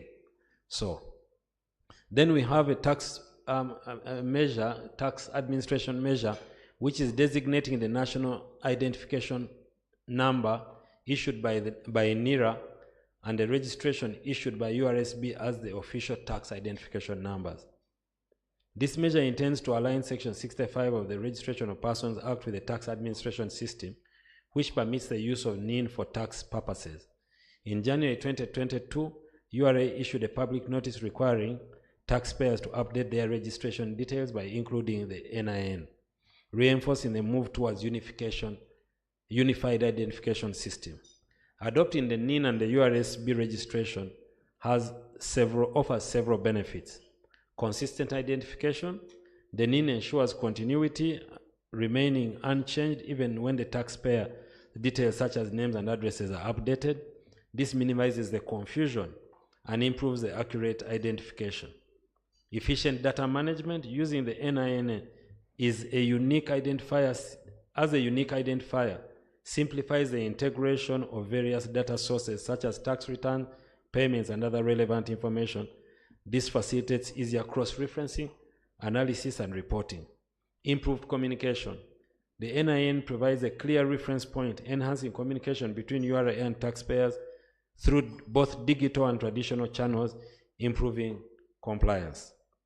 This amendment is expected to enhance tax administration, improve compliance, and support efficient service delivery across government agencies. Colleagues, it is not sustainable to have NIRA register someone. You go with your national ID, your birth certificate, your father's name, mother's name, daughter's name, your age, you finish. Then you go to tax, they do the same. You go to URSB, they do the same. You go for water, they do the same. It's not sustainable because that wastes the taxpayers' time. It is cumbersome.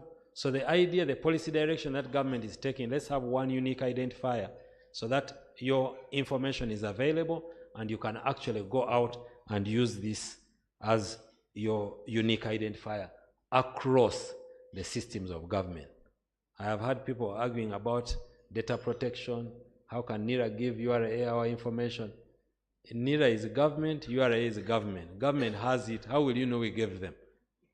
We won't give them, we can tell you, but really the issue is information that is required for purposes of providing government services. Ladies and gentlemen, these proposals are vital for ensuring the government mobilizes adequate resources to finance Uganda's national budget, reduce reliance on debt, and support the socio-economic transformation of the country. As we navigate the complexities of tax, it is essential to prioritize compliance and strategic planning, while on the part of government, we emphasize the fight against corruption and misuse of these resources. So tax compliance is not just a regulatory requirement, it's a crucial aspect in maintaining healthy and growing businesses. So we are saying that it's not important, the tax compliance is good for you as well as it is good for government. You please, the key considerations you need to have is you need to stay informed about the tax law and regulation. And like Dr. Mumza was saying, you need to get abreast with the regulatory aspects that keep coming up in trying to make these processes smoother and better. You need to implement robust tax planning. You need to maintain accurate records, and government has assisted you by setting up IFRIS. The moment you do it through IFRIS, the rest of it, government is preparing the books for you. You can come at the end of the year and just collect your books. So IFRIS is there to do work for you. Leverage tax incentives. And on this one, colleagues, ladies and gentlemen, I think we have a challenge here. We spend a lot of time talking about incentives to foreign investors, but we have many incentives for local investors. And since the Commissioner URA is here, I think you must tell these people every day they come to interact with you, whether they are aware of the incentives available to them. I know it may not be in your immediate interest to tell them that they may not be able to pay tax, but it is in our global interest as a country for people to benefit from these incentives. So what are the benefits of tax compliance? There is a reduced risk of audits and penalties. Compliance reduces the risk of audits, penalties, and reputational damage. Improved financial planning gives accurate tax planning, enables better financial decision making and forecasting. Especially these people who are operating in fast-moving products. These people operating in fast-moving products. You know, you can see a lot of money, and if you don't plan properly, you may think all of it is capital. You can end up eating through the capital. So tax compliance and keeping books is very important. And also it gives enhanced credibility. Demonstrating tax compliance enhances your organization's credibility with stakeholders, including investors, customers, and financial institutions. What are the strategies for growth that I can leave with you? I suggest you invest in tax technology, you develop a skilled tax team, and you monitor the tax laws as they change. By prioritizing tax compliance and strategic planning, organizations can minimize risks, optimize tax positions, and drive sustainable growth. Let's work together to stay informed, adapt to the changing tax landscape, and leverage tax opportunities to fuel our business successes.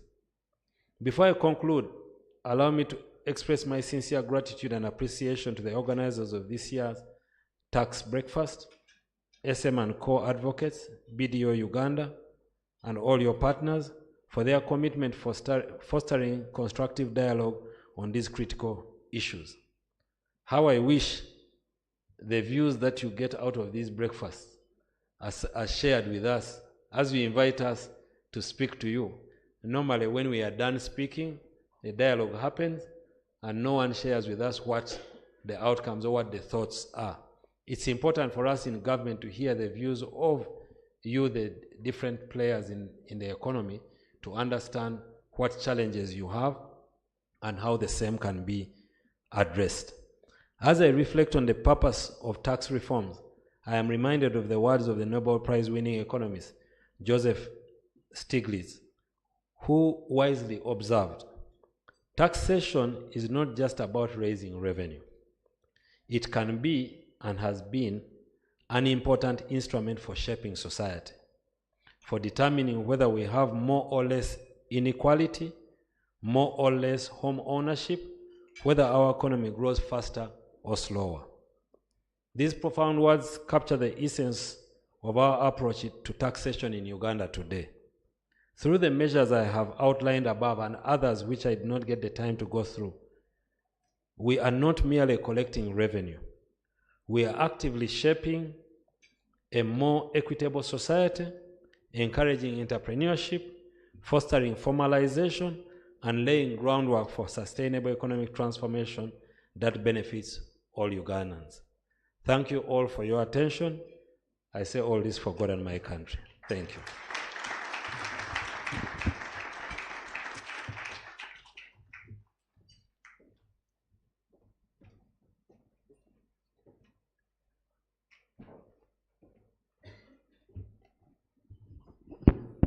Ladies and gentlemen, the Attorney General of Uganda.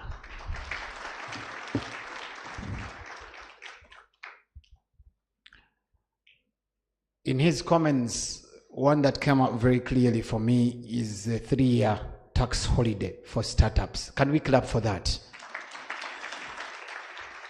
Attorney General, my hope is that, you can actually give a business the holiday for it to start, because you made mention that in 3 years, they will be ready and ripe for paying. So they can be able to pay taxes. But my hope and prayer is that the businesses certainly grow and they start to do what? To pay tax. Because you know that many businesses, in one way or the other in Uganda, do not meet their first what? Birthday. If they don't meet, they become more startups. So for 6 or 7 years, they are starting what? They close and start up again. They close and start up again. I hope that you can be able to track, because today it's Kalule and Sons, tomorrow it's Ibrahim and Sons, because it started, it failed in 2 years, then it restarted again. Our hope and prayer is that they start and indeed pay the tax. I cannot really make more comments out of what the Attorney General has said, because it's government. And I'm sure that all of us know that policemen in this country get annoyed quickly.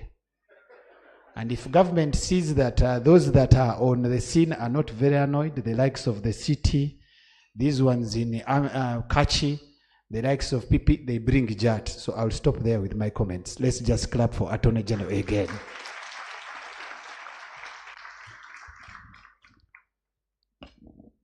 Attorney General, I want to request that you give us an additional 15, 20 minutes or less. And I introduced to you the different players in the room, starting with our hosts of this breakfast engagement. I want to start with the team from SM and Co, and I want to apologize to Noah for not making mention of you in the protocol. Please pardon me. But I also said that at some level, it's only people like Noah that can call the Attorney General KK. Because who are you? So let me start with your very good friend who calls you KK, the managing partner at SM and Co, Mr. Noah Mwesigwa, to come up here. I want to make sure that all of you are able to interface with the Attorney General so that we can have a group picture. I want to invite I'm Mr. Chivaya Andrew, partner, banking and finance. People, our clapping is getting lazy by the time. Yet you had the breakfast. It's only the Attorney General here who is not allowed to clap very much because he said we set him up. I don't know if it's... All right. The next person I want to invite is Mr. Kihika Innocent, partner, energy and infrastructure.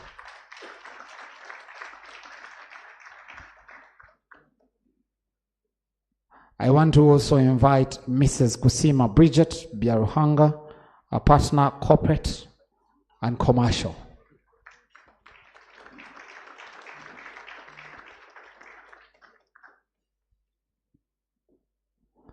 In the same spirit, allow me request Mr. Nicholas Masame, partner, dispute resolution.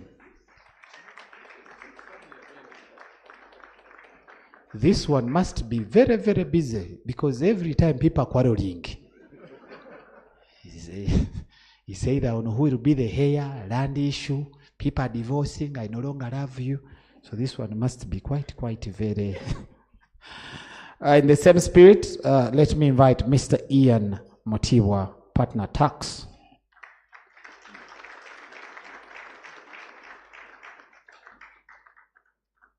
Now I know why, Ian, you chose to sit next to Commissioner Legal, because then you can slide through all your conversations with ease. Okay, and then finally, allow me invite Mr. Alex Caballo, partner, litigation.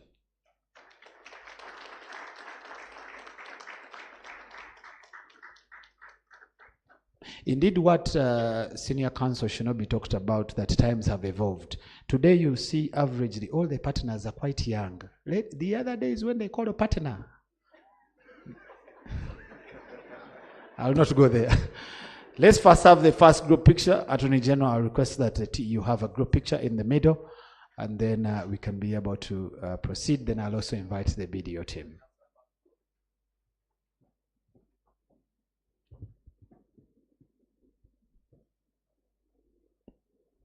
Okay. I want to be sure. Noah, that's you at full smile? You know you can't repeat these pictures, eh?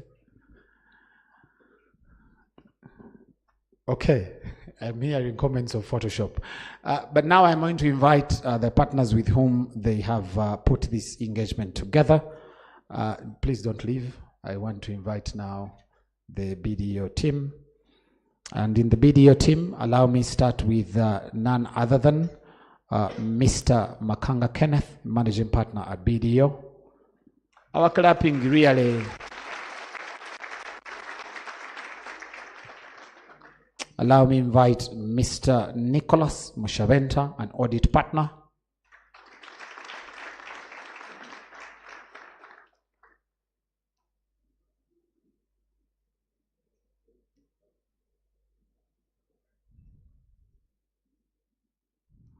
Okay, thank you very much, Nicholas. Mr. John Jet Tusabe, tax director.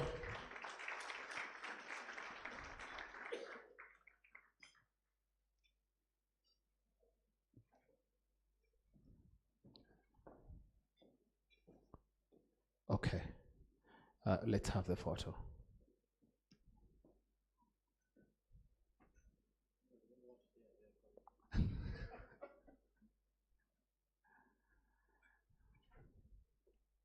team lead at BDO, to say thank you to the Attorney General. Let's not leave. The rest of us, let's not leave. We'll join in on one final group photo because this is a marriage. The marriage works well when the husband and wife are all smiling.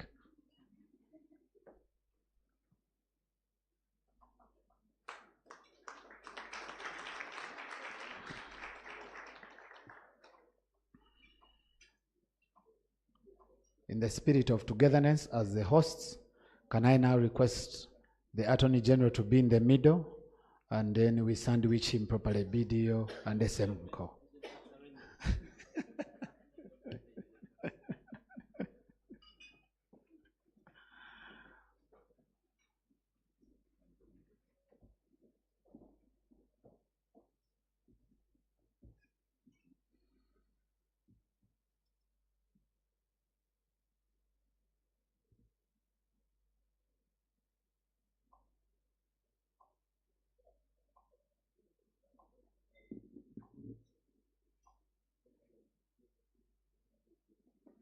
This photo, just a minute, this photo will not be complete if the commissioner, legal, is not in the photo.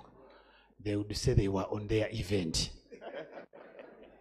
But if it is tax and URA is not here, the photo is not complete. And in the same spirit, let me invite the Attorney General's good friend, Dr. Fred Muhumuza. Yeah, one of you was shooting from the left, another from the right. Can we welcome Dr. Fred one more time? I'm imagining the two, if the two met at coffee and they were taking coffee, you know, and having a conversation on the economy. This one say government is doing this, but government should do this.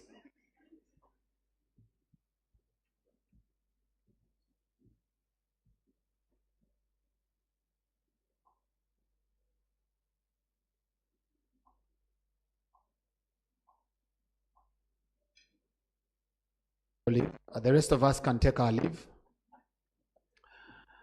Attorney General, before you take your leave, I've always had this argument with my father that I'm slowly making it. You minimize the arguments at family level. You minimize the arguments at family level. Everyone knows that you're doing well.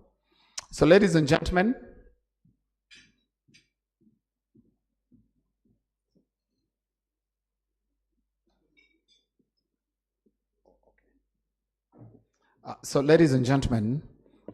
because this is the East African Tax Breakfast, the conversation is holistic to make sure that we have the Uganda perspective, to make sure we have our also what the East African community is doing. So we invited different individuals that can be able to do this. So you will allow me introduce them. They are online who can be able to take it away. No particular order. Allow me start with Steve Okoth, Director Tax BDO in Kenya. Steve Okoth is a Tax Advisory Director BDO Kenya with over 14 years of expertise in tax advisory across East Africa, a leading BDO East Africa Tax Center with excellency. Steve has extensive knowledge in international tax transfer pricing, strategic tax planning, especially affordable housing infrastructure and green energy sector. He actively contributes to tax profession through the Kenya Private Sector Alliance and Kenya Association of Manufacturing Tax Committee. That is Steve, who will be sharing with us perspective in terms of what Kenya is doing.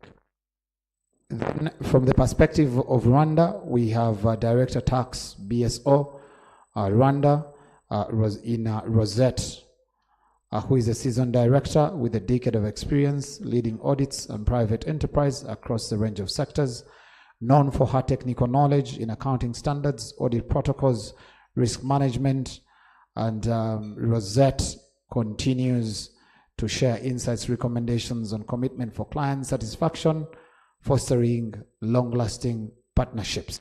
That will be Rosette to share perspective from what Rwanda is doing.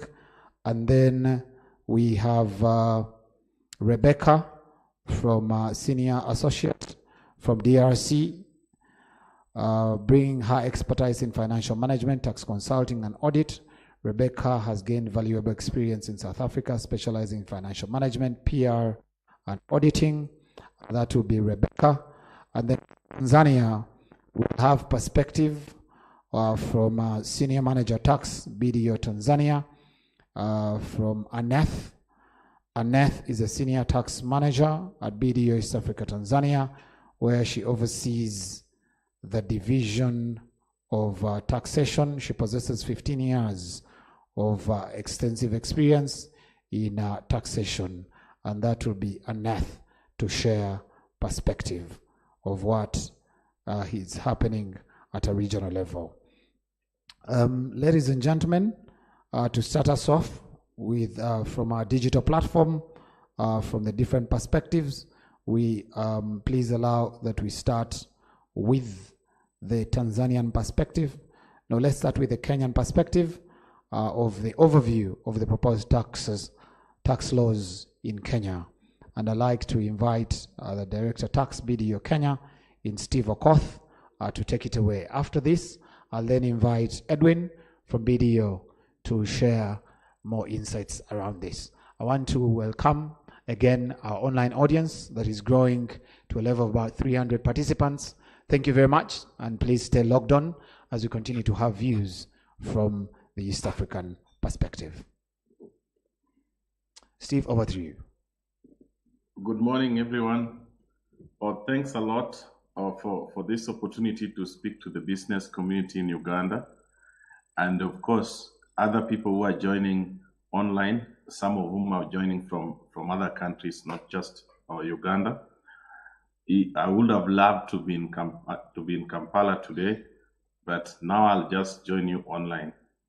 Uganda is my favorite country in Africa, and actually Kampala is my favorite city in Africa, and it would have been lovely to be with you. So I'd like to share our perspectives on the changes that are coming in, or that are proposed to come in Kenya to our tax legislation.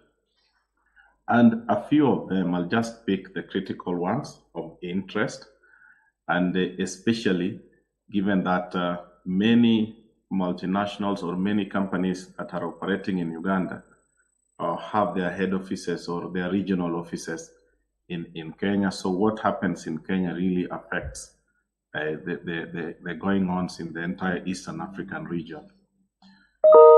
The very first one, if Moses, if you could share share the slides. The very first, as he is sharing the slides, I already have them, so I'll just go through them quickly. Kenya is proposing to limit the tax losses carry forward to just 5 years. Currently, you can carry forward the losses perpetually until you exhaust them. This provision was brought in sometimes back when many businesses in Kenya faced losses, especially after COVID-19. But the government is now proposing to limit the losses carried forward to just 5 years. So of course, this is going to affect large investments which take a longer time to break even. And we are advising our clients to be able to now restructure their operations to find a way of utilizing those losses, recognizing revenue at a much more accelerated rate if this policy goes through. Of course, the recommendation is that 5 years is too short and it's not sufficient for large investments or startups or SMEs. And so there is a lobby that is going on to ensure that this does not go through. The second development which is coming in is the APAs. This is advanced pricing agreements, where a business of multinational nature, a subsidiary of a foreign entity, or a Kenyan company which has subsidiaries across the region in Africa or elsewhere, can enter into an arrangement with Kenya Revenue Authority as to the transfer pricing of those transactions. sale of goods across the region, sale of services, exchange of intangibles, how those particular transactions are priced. You can enter into a deal or with KRA, and this law is proposed to come in effectively from January 2026. It's a good law. People have been lobbying for the past 3 years for it to come into our legislation, but so far it was not successful. So we look forward to this really coming into our legislation so that there is certainty in the treatment of international transactions. Now, the other issue is the minimum top-up tax. This is the point here is that Kenya is adopting the global agenda for minimum top-up tax. So if an entity, a company here in the country belongs to a large multinational group which has more than 750 million euros in global turnover, then in the event that the effective tax rate in the country is below 15, then Kenya Revenue Authority will then adjust it to 15, will then adjust it a top up to 15, so that then Kenya does not lose out, because most of the multinationals in our country have their origins from Europe, and Europe has already joined this trend.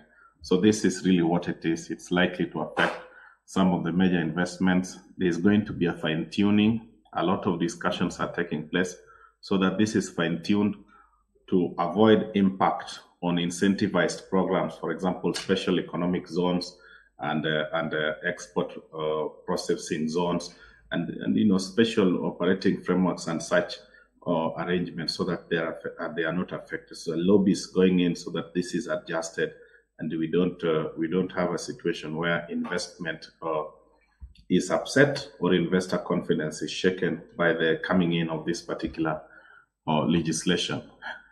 The other issue which is coming in on the digital front is a significant economic presence tax,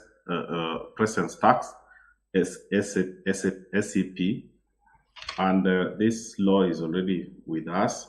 It taxes digital transactions. So if a foreign entity, a foreign company has significant presence in Kenya through digital business, it can be deemed to be a taxpayer here in our country, and it then be subject to tax. And the scope is expanded to include all businesses that are undertaken or through the online interface, not just digital marketplaces. So the expansion is becoming bigger. This has been with us. So the digital sector is then facing additional implication on tax. Then there is the issue of royalties, and especially as regards software.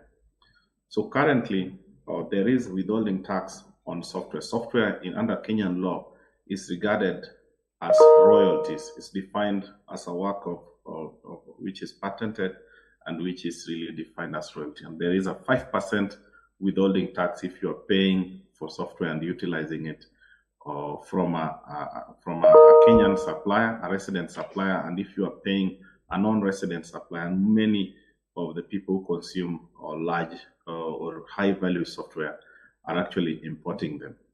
Then the rate is 20%, and in some countries it's 10%, depending on whether we have a double taxation deal with that particular country.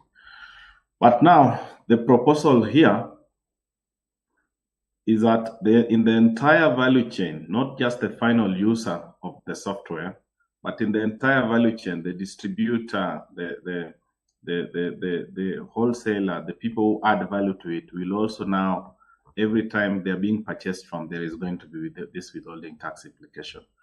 So far, it's only the final user of the product who utilizes the intellectual property in his business that pays this tax, but this is now being expanded. So it is going to have a serious upset in the sector, or for entities or companies that rely heavily on software.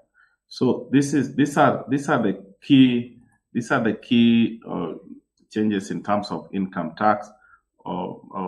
Moses, if you could just move to the next slide, and then I just touch on the other key issues, and then we go forward, which I can't see.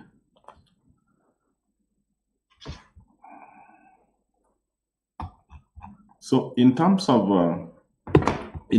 the key issues that are happening in the administration, there is greater emphasis in Kenya to reduce zero-rated items from VAT. The government is really focused on reducing refunds, and refunds arise from provision of zero-rated supplies, and much of the zero-rated supplies are actually exports. So there's a move to reduce the items in the zero-rated schedule, second schedule to the VAT Act, and also to reduce exemptions. Our Kenyan government, for those who know, is under a lot of pressure to raise revenue because of the budget in the country and because of the public debt, which is both external and also domestic. Is a big pressure here in the country, or to reduce the government reliance on debt, especially local debt, which is squeezing out or the private sector from accessing credit from the banking and other financial institutions. So the goal is to reduce as much VAT refund liability as possible.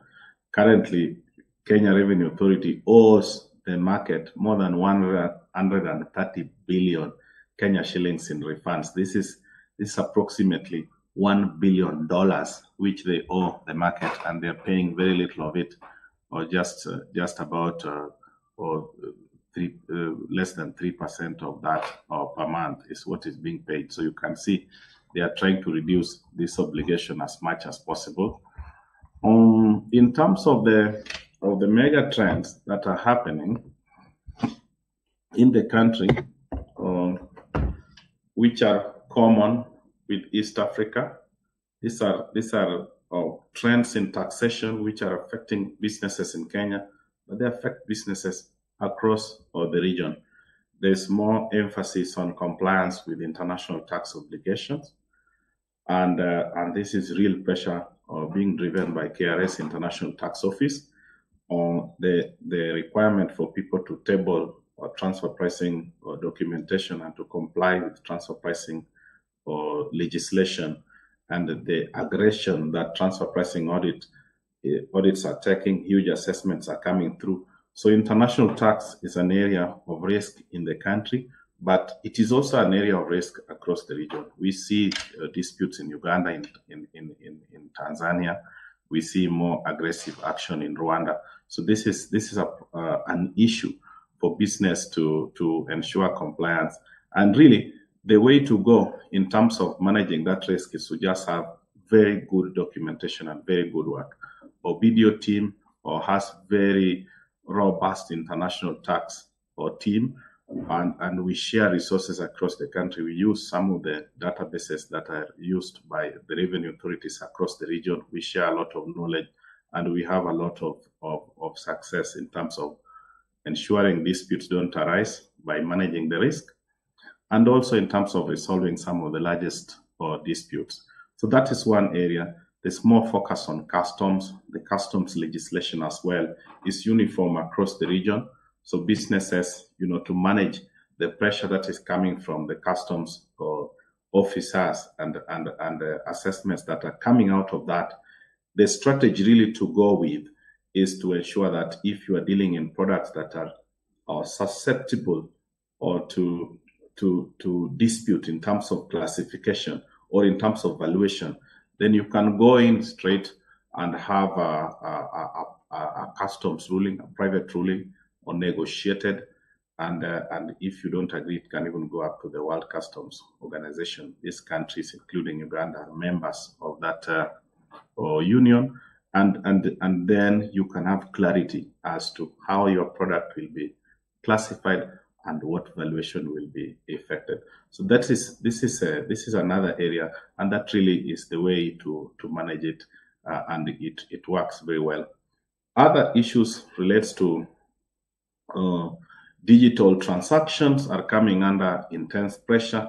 There are international tax developments that are coming through. It's across the region. So for business leaders, looking at the high profile risks from a tax perspective and how to manage them, really is to have tax issues under your radar and ensuring you are really managing your tax affairs correctly, ensuring that you are prepared for audits because they may come and they will come, especially for large businesses, how your teams are prepared to face them, or in the event that legislation is likely to come that may affect your business or industry, then be prepared for lobbying and really put your voice out there.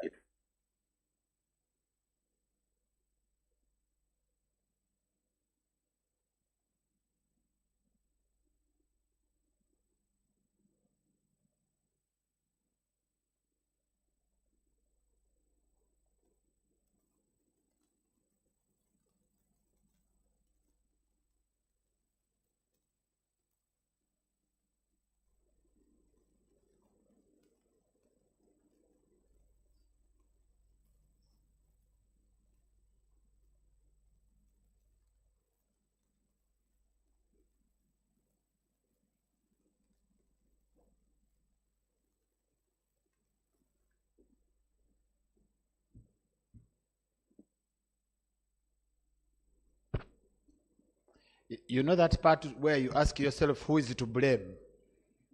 That's where we are now. Is it his internet? Has he finished presenting? Is it our internet? That scenario of the egg and the hen, what came first, is where we are now. So I am going to request the online team to say that for us here in Uganda, we think you have completed your presentation. So unless otherwise, let's give Steve a big round of applause so that we have clapped. So thank you very much. We like I said in the beginning, tax is not only at the national level. We're trying to bring perspectives of what is happening at the regional level. But before we get the Rwanda perspective, can I ask everyone to get out their phone? Everyone, your phone out. And once your phone is out, let's scan. I want to see phones up in the air, scanning the QR code. Once you see that your phone is failing to scan, ask your neighbor what the problem is. Yeah. I may not be able to come through here to tell you what the problem is. But ideally, for all of you in the room, the expectation is that the moment you point your phone there, in less than 2 seconds, it should have picked the URL to direct you accordingly. So that is going to give you perspective. I want to hear from anyone from the audience. What have you seen on your phones? Anyone that has finished? Anyone? Yes, please. Come again. Okay. Pictures of the event. That's one. I also want us to get the second one that speaks about the bills. This one I'm sure that we have been able. So the essence of the pictures and why we're giving them to you now is to make sure that your social media handles are speaking about this East African tax breakfast, and you're posting them in terms of the relevancy, but also what you have picked, but also tagging in our hosts, that's BDO and SM&Co. So that's why we give you these pictures, to make sure that there's a live update. I request now the technical team to flash for me the one that has the bills. The tax bills.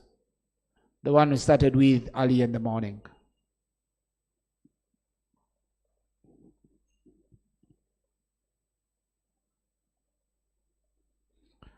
Okay, as they find that, let's have the perspective of Rwanda. When we come back, we'll now download the bills so that we continue to internalize them further and see how we can engage SM&Co and BDO to make sure that we grow our businesses. Technical team, please put the in charge of Rwanda to speak to us.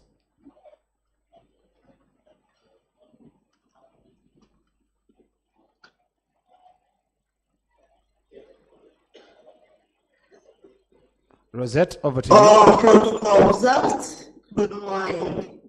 Good morning. Yes, good morning, everyone.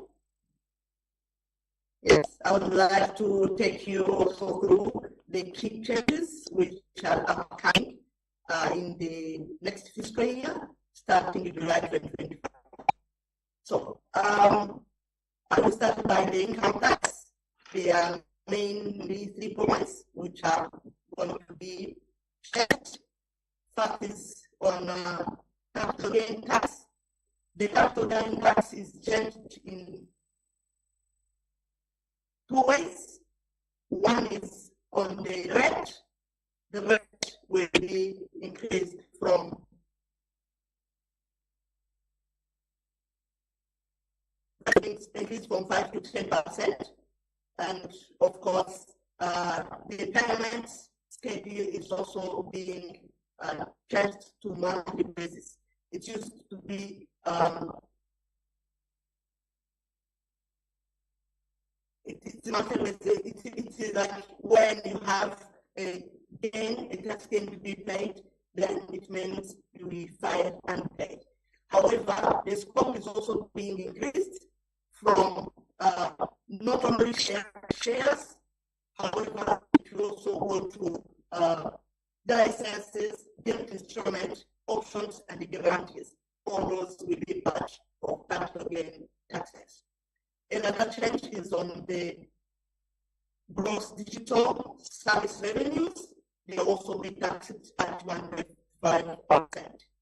We're also introducing a tourism levy of 3% of the cost of the room, which means everyone being will be taxed 3%.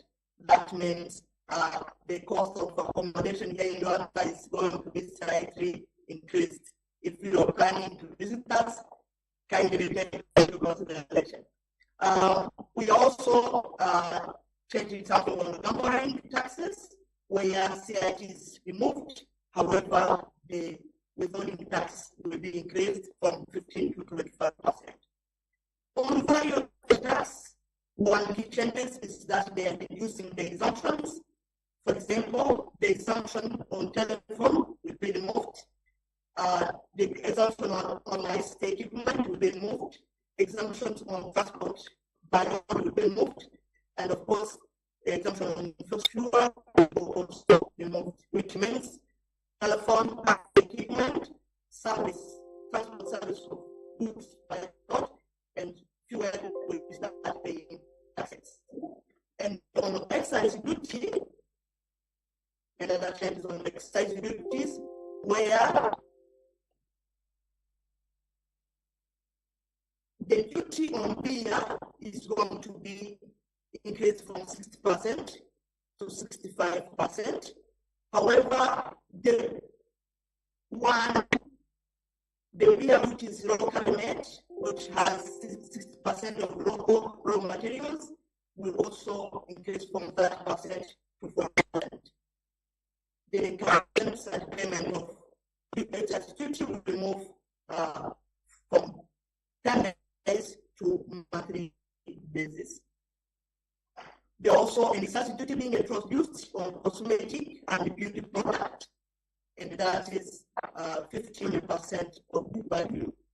There will be also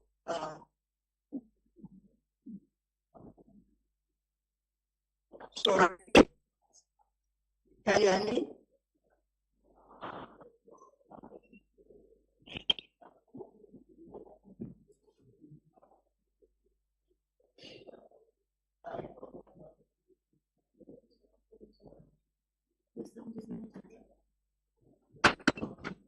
Hello, can you hear me?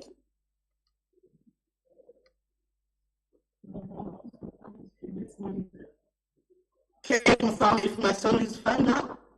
Rosette, we can hear you, although the voice is not very clear in terms of your sound. So the hearing, yes, but the sound. And we can also see you.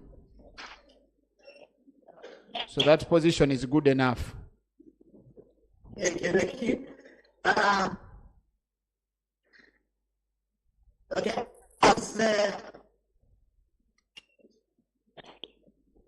Is it clear now? It is not. It is not clear.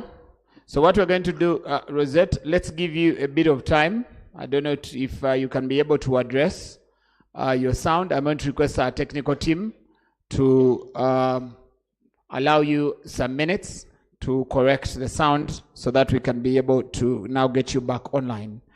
As Rosette is getting back, let's have Aneth from Tanzania.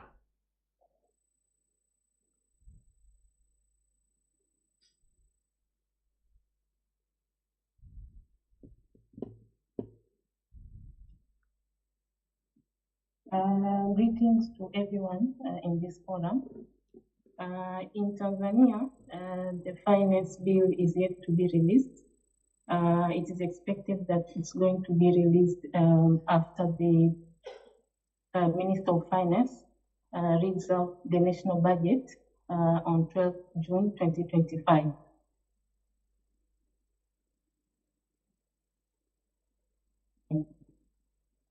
In this regards, I'm going to briefly take you through the emerging tax trends, withholding tax obligation on non-residents or resident persons making payment to a resident digital content creator or a resident person transferring a digital asset.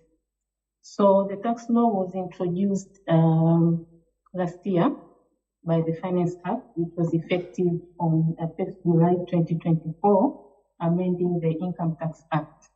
The Income Tax Act defines a digital content creator and a digital content, digital asset, digital content creator, and a digital content. A digital content means any electronic content that may be downloaded or accessed online. For instance, software, ebooks, websites, music, movie, etc. A digital content creator is any person who produces digital content online via the internet. A digital asset includes cryptocurrencies, token codes, non-fugitive token, etc. So we have recently seen some aggressive move by the tax authorities scrutinizing digital transactions in Tanzania by sending email notifications to qualifying resident or non-resident persons, requesting them to start complying with the tax law. So how does the tax law impact across East Africa?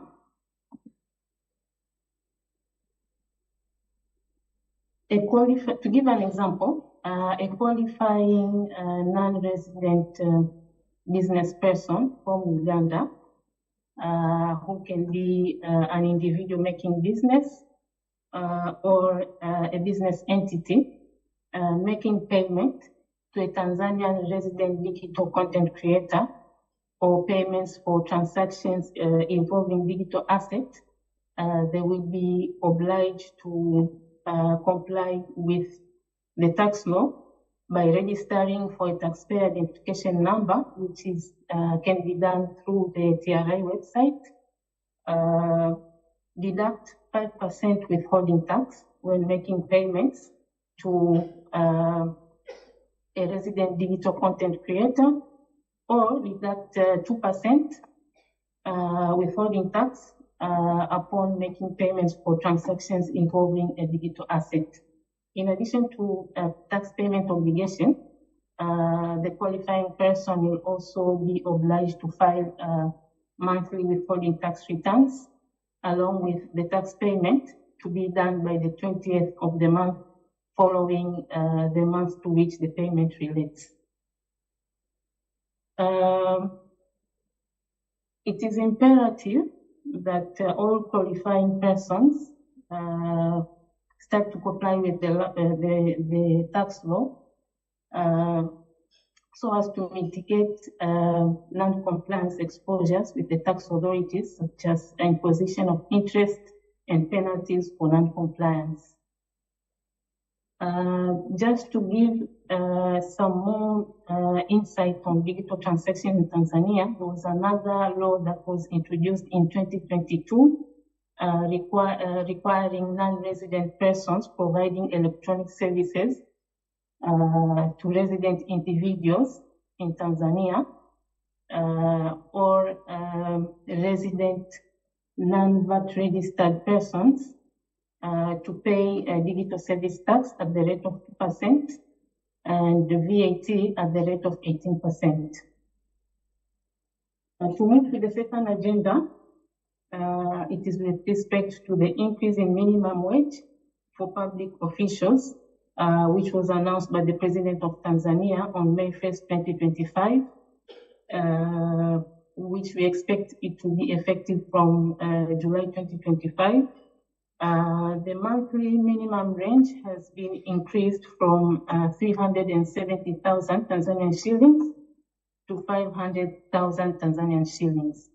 So in terms of USD equivalent, the pay rise translates from 140 USD to 189 USD.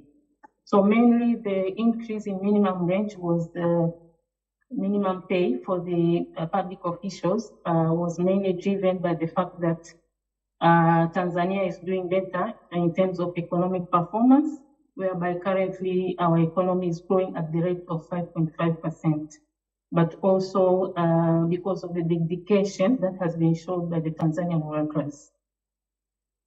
So how does the pay rise impact across East Africa? We understand that the increase in minimum wage for public officials implies that there will be increased ability in respect of buying goods and services in Tanzania, which can in return impact demand for the goods of the goods and services. In case there will be an increase in demand for goods and services, which surpasses the supply of goods and services, it can lead to inflation in Tanzania. Generally, inflation means the rate at which the prices of goods and services increase over a period of time. So due to inflation, the implication is that there will be a rise in the cost of goods and services, which at the end will impact the local and foreign buyers of the goods and services. To conclude, to give some conclusive remarks following my brief presentation, it is our expectation that the fiscal tax measures in the upcoming finance bill will be accommodative in bringing a positive impact to individuals, businesses, the economy of Tanzania, and other East African countries at large. Thank you for listening.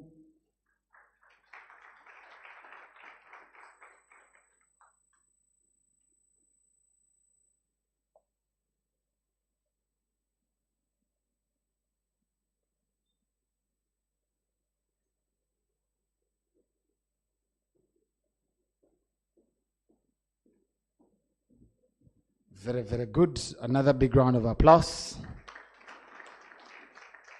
That has been the perspective of Rwanda.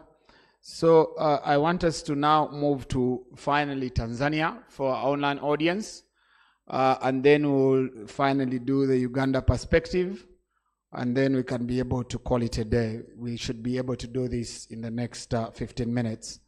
What was interesting about Rwanda is the fact that they talked about tourism levy of 3% on cost of rooms.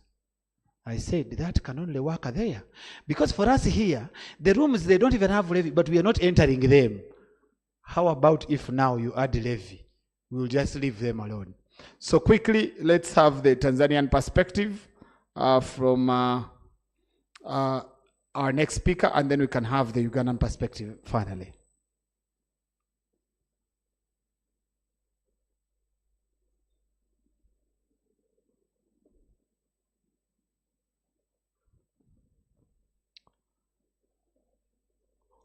Okay. So I'm informed that they haven't yet gotten through. So allow me quickly invite Edwin. Allow me invite Edwin Echiba, just to briefly inform you of who Edwin is.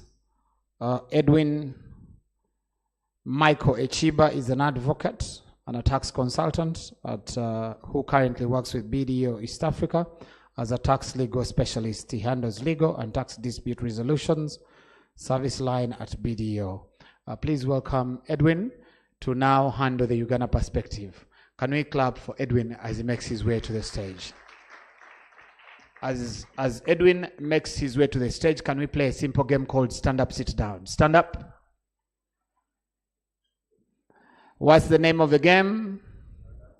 Speak as if you've eaten breakfast. The game is called Stand Up and Sit Down. Now you're standing up, so you're going to sit down. Sit down. But our movements are very slow. Stand up.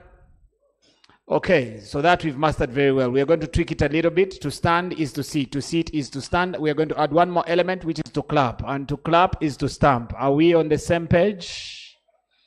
Very good. To stand is to sit. And to sit is to. And to clap is to. And to stamp is to. Very good. Can we sit? Can we stand? Can we sit? Can we stamp? Can we stamp? Can we clap?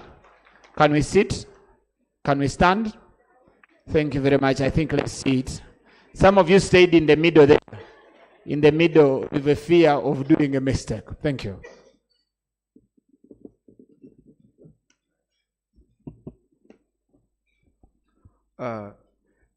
Ladies and gentlemen, I think Gava deserves a bigger round of applause.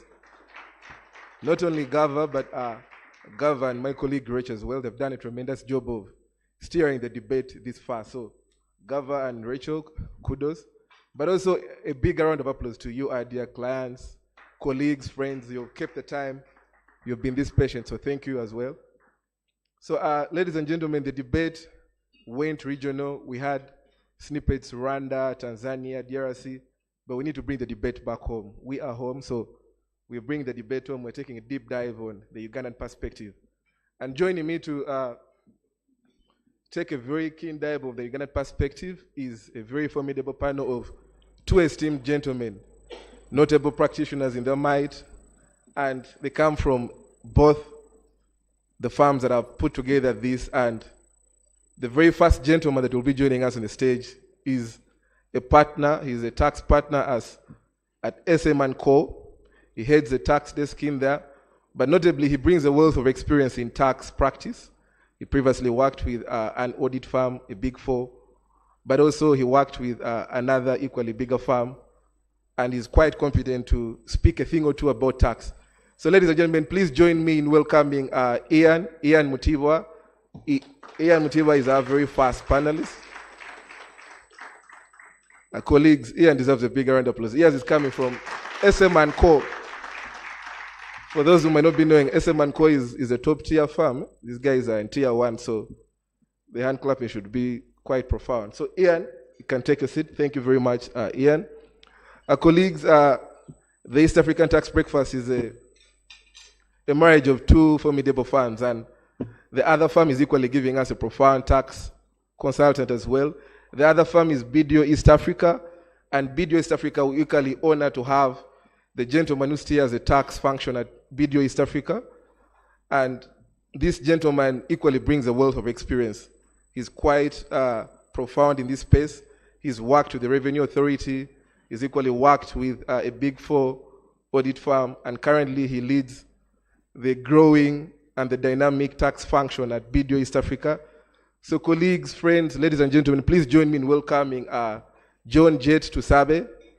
Others call him JJ, others call him Jet, others call him Tusabe, others call him BDO, but yeah, that gentleman right there is the gentleman that steers the tax function at BDO East Africa. So Jet and Ian, we honor to have you, and very lucky to drink from your rich cup of tax mind. So our colleagues, I just want to start. Our previous panelists have had a very candid discussion. They've given us insights of what the amendments are seeking to bring And very notably, the guest of honor, the Honorable Attorney General, was kind enough to give us the tax policy perspective. He shared the government's mind into these bills, what government was thinking, where they were looking. But it's very important to balance the debate, and no other better person to balance than the tax consultants. They advise you, the business people. They engage with the Revenue Authority on a daily. They dispute, they critique. So it's very good to have these gentlemen just walk us through this journey. So, gentlemen, we want to start with the tax amendments. For those who might not know, the bills were passed on the floor of Parliament, and like the Honorable Aegis noted, that before the President was sent. And it's always very good to just track these amendments. We need to know what was proposed and what was finally passed. Is there anything in there that was inserted in possibly at the committee stage or on the floor? So it's very important to just have that backdrop. So I want to bring in John Jett first. John Jett, we saw the income tax amendment bill presented before Parliament, forwarded the committee, and there were some additions in there. So John Jett, do you want to just give us insights onto what were some of, and is there anything at all that was inserted in Parliament? And if so, what was it? So that someone who's reading the initial bill can just get to know any amendments. So over to you, Jett. Thank you very much, Bwana Edwin. I was going to say, but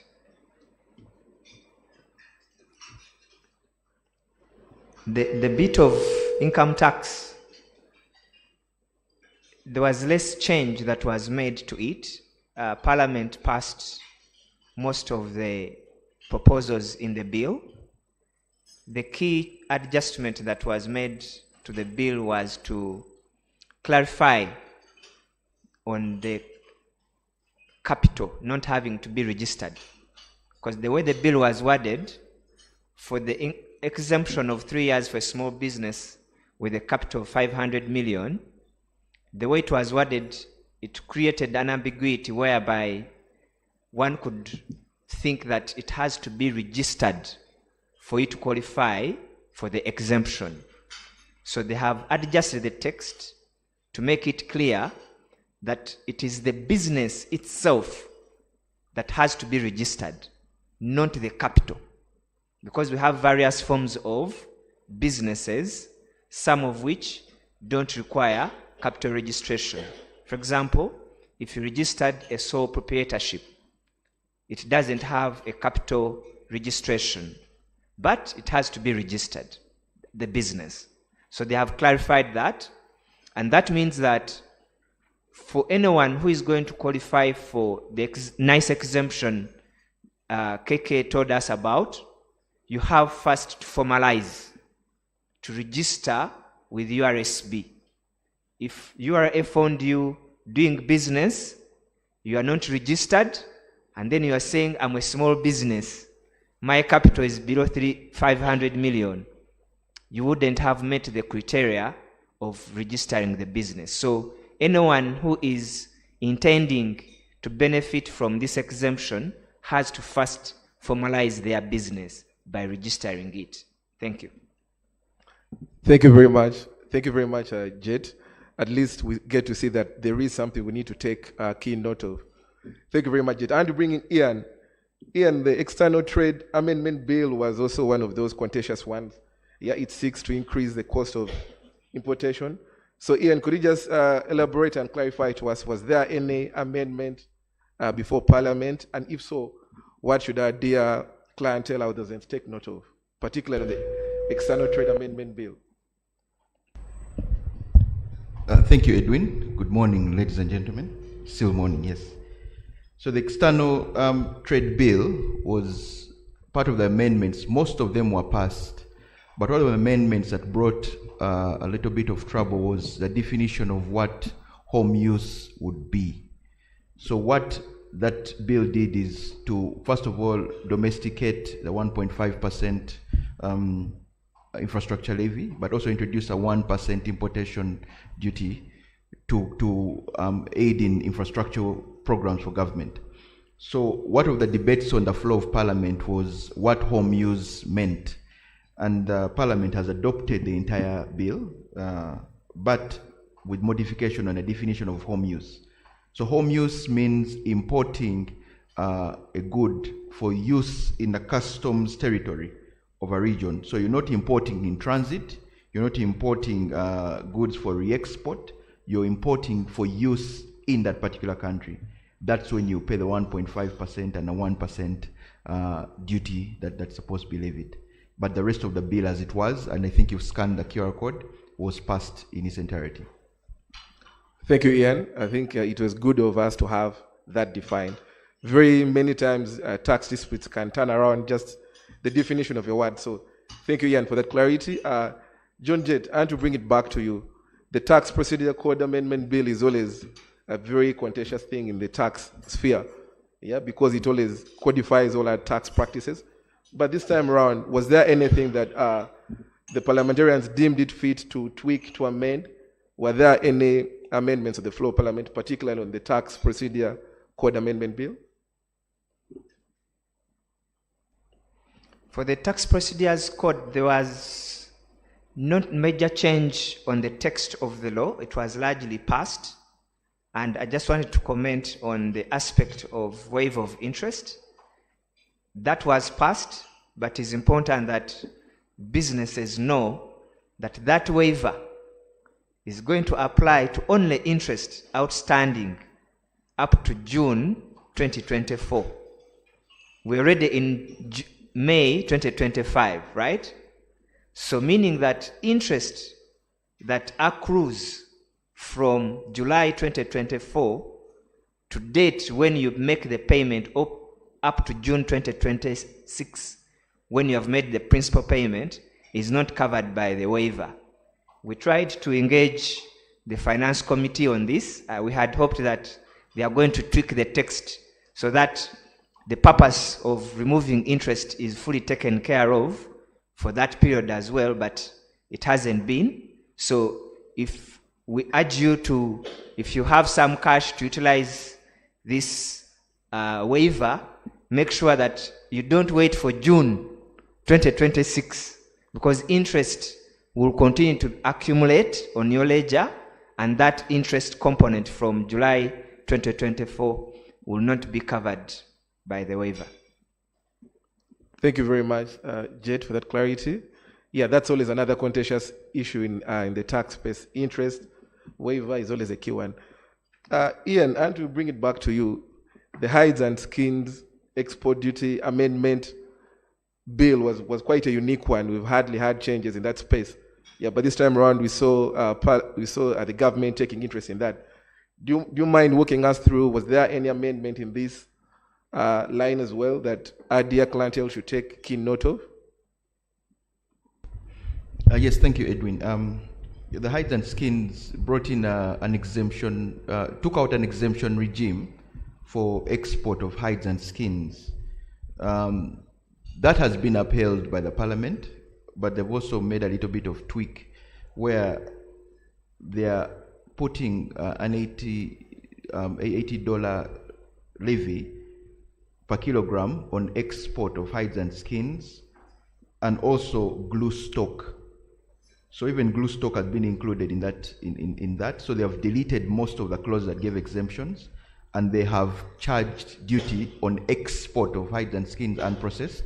And as Dr. Muhumuza and the Attorney General said, they're trying to develop, to make sure that the hides and skins are processed within Uganda and to create value addition as you export. So if you export unprocessed, you have a duty, but if you improve on it and you have something more improved, maybe the duty will not apply. Thank you. Thank you very much, Ian. And John Jett, I still want to bring it back to you. The gaming industry is a very lucrative one, and I think government has taken keen interest in that sector.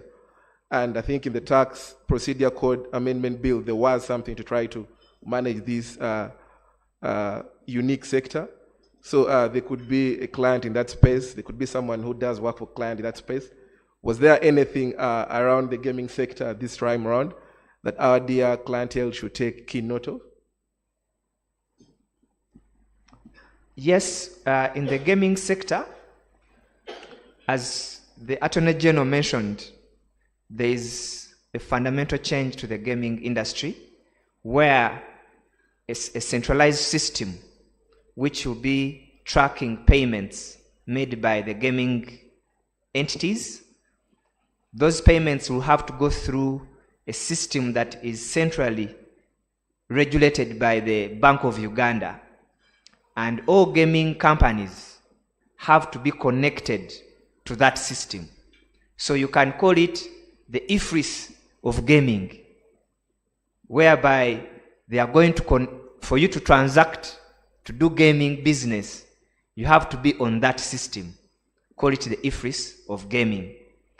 And that bill has been passed. There are heavy penalties for non-compliance. Parliament also considered that, given that this is something new, the gaming players need time to adjust their systems, to understand the new system, and integrate to this central system that is going to be brought effective 1st July 2025. And Parliament has adjusted the law to give these companies 12 months to do the integration with the central system. Thank you very much, Jet. That there was quite important. Timelines always very important in the tax terrain. So to our dear operators and clients in that space, let's take keen note of that allowance. We have a period of 12 months to see to it that you integrate your system with the centralized system, failure of which the penalty and the sanctions could be quite hefty. So we always preach the compliance gospel. Any ideal tax consultant will always preach the compliance gospel. So let's take keen note of that. I had to bring it back to my learned colleague, Ian. Ian, still this whole use of national IDs and also tweaking the URA system with NIRA as well as URSB is something that very many taxpayers are grappling with. Yeah, they're asking, what will be the impact of this? What should I take keen note of? So, Ian, I just want you to speak to that taxpayer out those ends who's confused, who's grappling, what should I do? Yeah, that taxpayer has not been registered, but they have a national ID this time around. So, Ian, do you just mind walking us through particularly the use of NINs, national IDs, as well as integrating the URA system with URSB? What should taxpayers take keen note of in light of this transition? The use of national IDs, again, as Learned Attorney General stated, the policy behind that is to reduce the bureaucracies of having a national ID, business registration, TIN, all those things. So you have URA registering a TIN, NIRA registering national IDs, and you go to URSB to register all these other things. So the essence is to centralize tax compliance through national identification numbers, or NINs, or business registration numbers. So once you get your NIN, it ties into a TIN.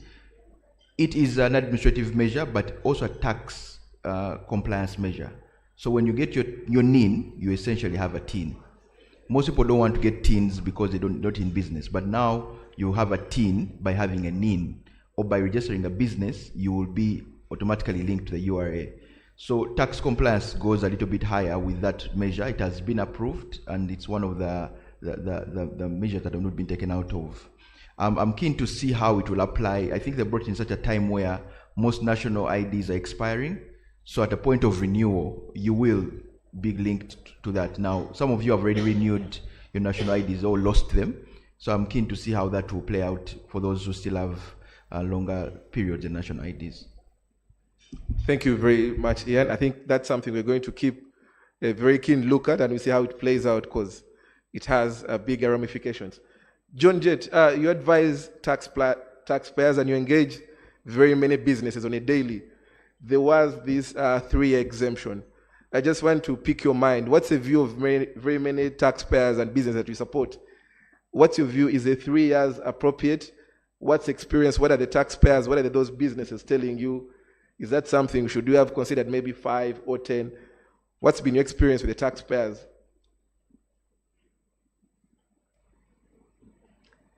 Thank you, Edwin, for that question. I think, on one hand, it's something to welcome. It is better than nothing.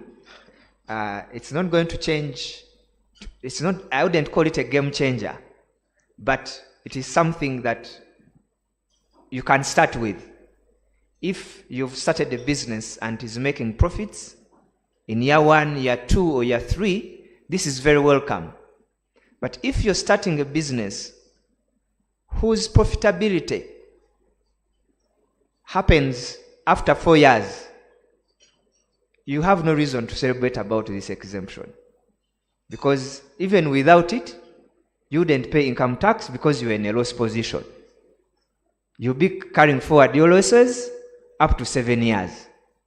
So meaning that the exemption for you is not of much value if you are in a loss position.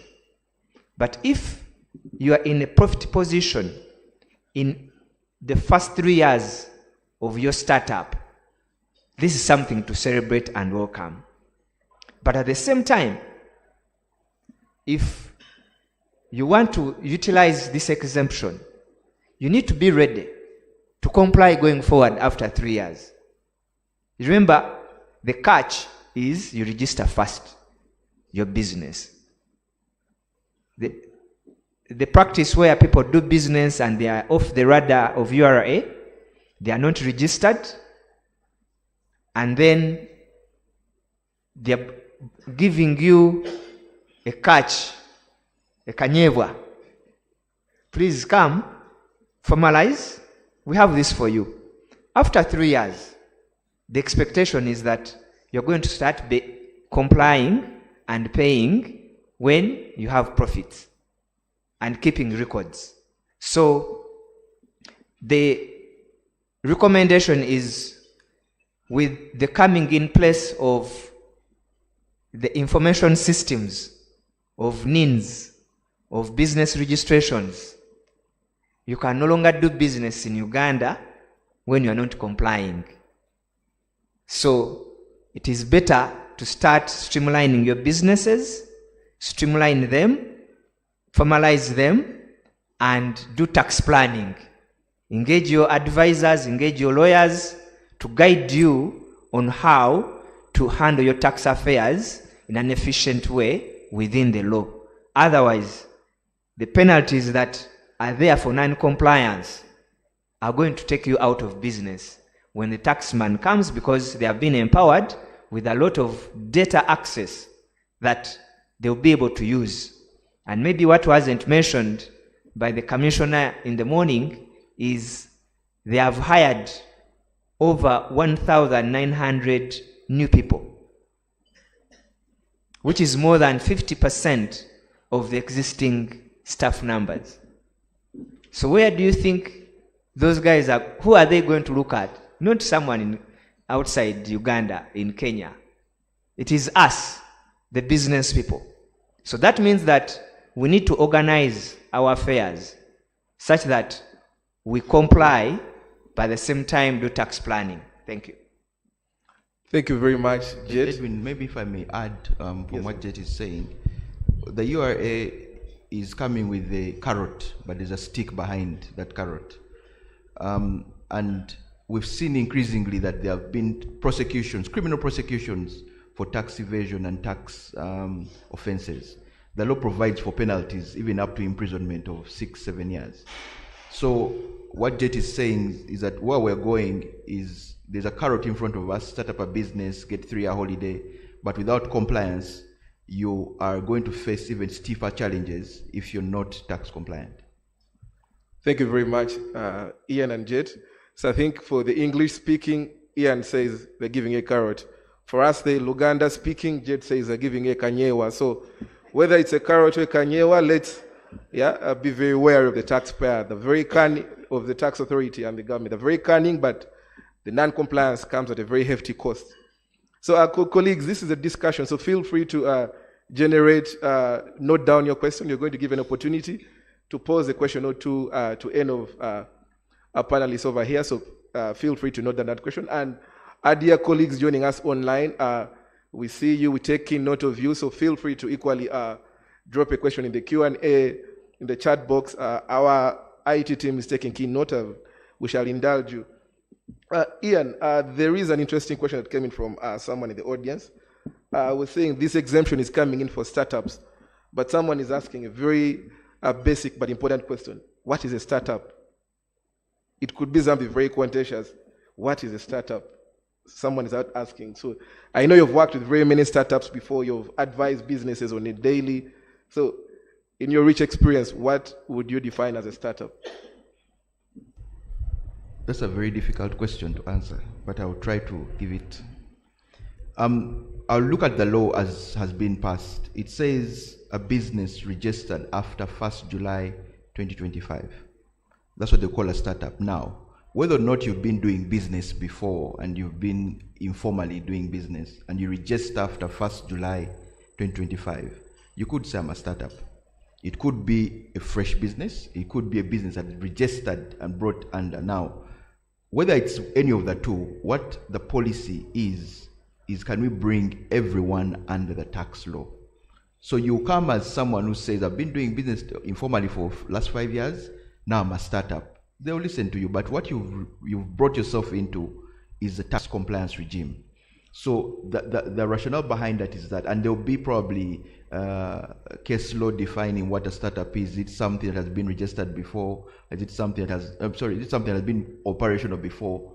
Or is it something that has just been registered? Before the amendment was saying a business that's established after 1st July. But now they're saying not just established, but registered. So you must register and be brought under. I'm keen to see how the URA plays this, but I'm sure there are many businesses that have been informal that will probably register after 1st July, and they'll claim this exemption, and which would be fine.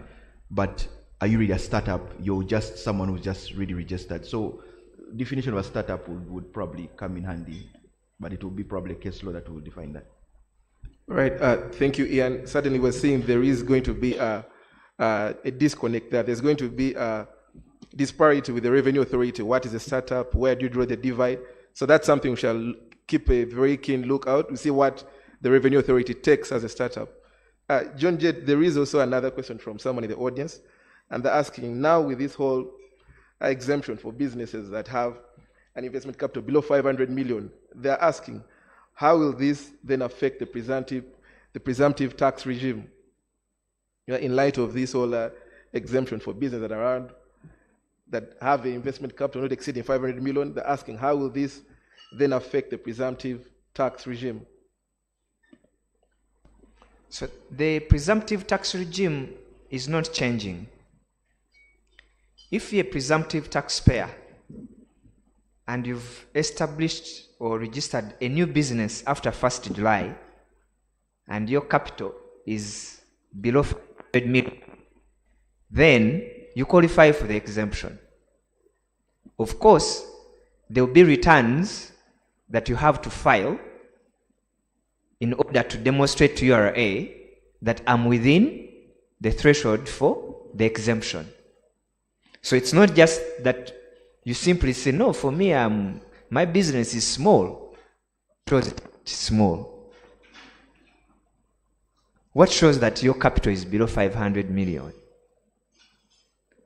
That has to be through a return that you'll have to file to URA. And the way the law has put it, they expect an income tax return and an information return. So we are hoping that URA is going to design a simplified return for these small businesses who probably can't afford accountant fees for the likes of Kenneth Makanga, but they can just fill the form simply. So you'll have to provide information to URA which demonstrates that you're within the exemption threshold. So if you have registered, you've filed, you meet the threshold, it doesn't matter whether you're within the presumptive or not, as long as you are exempted. You don't want to know. But if you are not exempted, and then you're presumptive, then you have to pay presumptive tax. Thanks. Thank you very much, Jett. Colleagues, tax is known to be a very complex issue, but we're lucky to have two firms in here, so should you want a deeper dive, if you want clarity, all our colleagues are spread over here, so that's something they will take you through. But also, compliance is something that we preach very, very much. And I want to pose a question to both Jet. It's the same question to you, Jet and Ian. Allow me to start with Jet. Jet, over time we've seen you particularly, but also BDO East Africa, support very many taxpayers with policy papers at the committee level, writing to Parliament on what they believe are their concerns around these tax measures. And you supported very many, you've appeared before the committee. So from your rich experience and your wealth of experience in tax, what are some of the exemptions, what are some of the policies that could have been missed this time around? You engage taxpayers on a daily. What are some of those concerns that you felt maybe this time around the amendment cycle should have cured that, should have remedied that, but it did not come out? Thank you, Edwin. Maybe I'll first want to thank Parliament this time round. There's one item which they did right. Under VAT, there was a contentious amendment which was requiring that if you import goods in different consignments, URA could aggregate them and register you for VAT. And we are saying, come on, me importing in different consignments does not mean that I have sold those goods. Sometimes it can take you 6 months to sell them, or even a year. Yet the VAT principle is that you register me on the basis of my sales. So Parliament listened and they deleted that proposal. So small businesses that were worried about the anti-fragmentation rule, that issue has been resolved. It was deleted.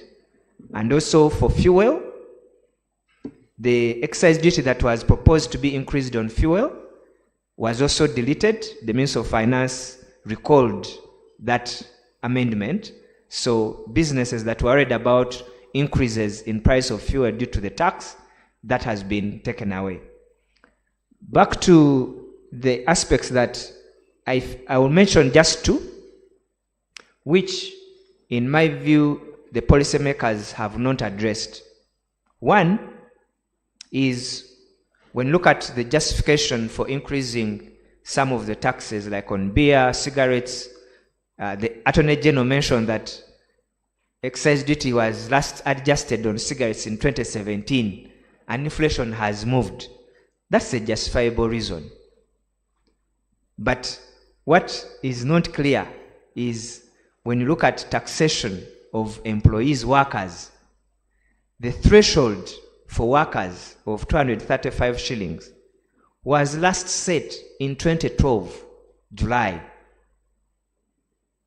And here you see government is saying this inflation since 2017, look at the gap since 2012. And the economist, the chief economist, Dr. Mumuza, is telling us that we need to give households income to be able to spend such that we can push the economy. So the high tax rates on workers is a big issue that has not yet been addressed, and we hope that in the next budgeting cycle, it's something that needs to be prioritized. Then number two is we have a rule within the Income Tax Act of interest capping, whereby businesses that are part of a group have to limit their interest expense deduction to 30%. That rule was intended to curb the abuse by multinationals when they overcharge interest to their subsidiaries and limiting corporation tax. However, the way government policy adopted it in Uganda has created challenges for local businesses who have no subsidiaries outside Uganda. Just because they have companies, local companies, one or two, then their interest is being capped. Even when they have borrowed from the likes of Uganda Development Bank or IFC or even a commercial bank in Uganda. And our view is, in light of the high cost of financing in Uganda, the moment you add an extra tax burden, when there is no tax abuse, you're increasing the cost of access to finance. And that's something that we hope government will look into in the next cycle. Thank you. Thank you very much, Jet. Those there are very pertinent proposals, and we do hope the Ministry of Finance and the policymakers are listening, and we hope in the next amendment cycle it's included in there. Ian, you equally do advise clients on a daily. What are some of those concerns? What are some of the predicaments that you feel maybe this amendment cycle could have addressed and tapped into that? Thank you, Edwin. One of the things we faced with taxpayers is the waivers. The waivers are very good, but they sometimes don't sync to the ledgers. So you have a waiver and they come and tell you, yes, the waiver is there, but you still have this tax outstanding. And it's pretty big. I think the learned Attorney General talked about it, that the income tax waivers waive penalties and interest, but when you go there, you find a huger bill than what you should have found. So I think even with the waiver that has been given in this financial year, it will probably cause more problems in the ledger reconciliations, which I think should be addressed first, then the waiver comes. The import of that waiver is good. I think I wrote about this about 4 years ago, which talks about tax amnesty. If you want to bring people into the fold, forgive them so they can come. So there is a tax amnesty of sorts, but it's not happening the way it should happen. If you go to the URA and you say, I have a waiver up to this period, they'll say, yes, that has been waived, interest and penalties have been taken off, but your 1 billion is still 800 million. And you ask, what's the interest? Yet there's an interest cap. The interest should not go beyond the principal. So I think that needs to be clarified in the law. The other issue is on zero-rated goods. This year they made the purchase of airlines zero-rated. I don't know how many Ugandans purchase airlines, but I think it was geared towards the London flights and the other flights. But we also need to consider the parts, the airline parts for repairing those airlines. I think it's also good to have either exempt or zero-rated for those particular parts of the airlines, so that once you need to import a part from Boeing, you don't now go into standard rated supplies. You get into the zero-rated or exemption regime. But I would like to say this, that myself and Jet have caused some policy changes before in the Islamic finance space. We had a write-up to the Ministry of Finance and the URA on taxation of Islamic finance, and that year we're happy to say that the law changed to account for the taxation of Islamic finance. So we're not sitting back waiting for things to change. Sometimes we do them even before the policy changes. And this, I think, is a kalango that when you need your policies to change, SM&Co and BDO in Uganda are the right partners. Thank you very much, Ian. And yeah, that's very, very commendable.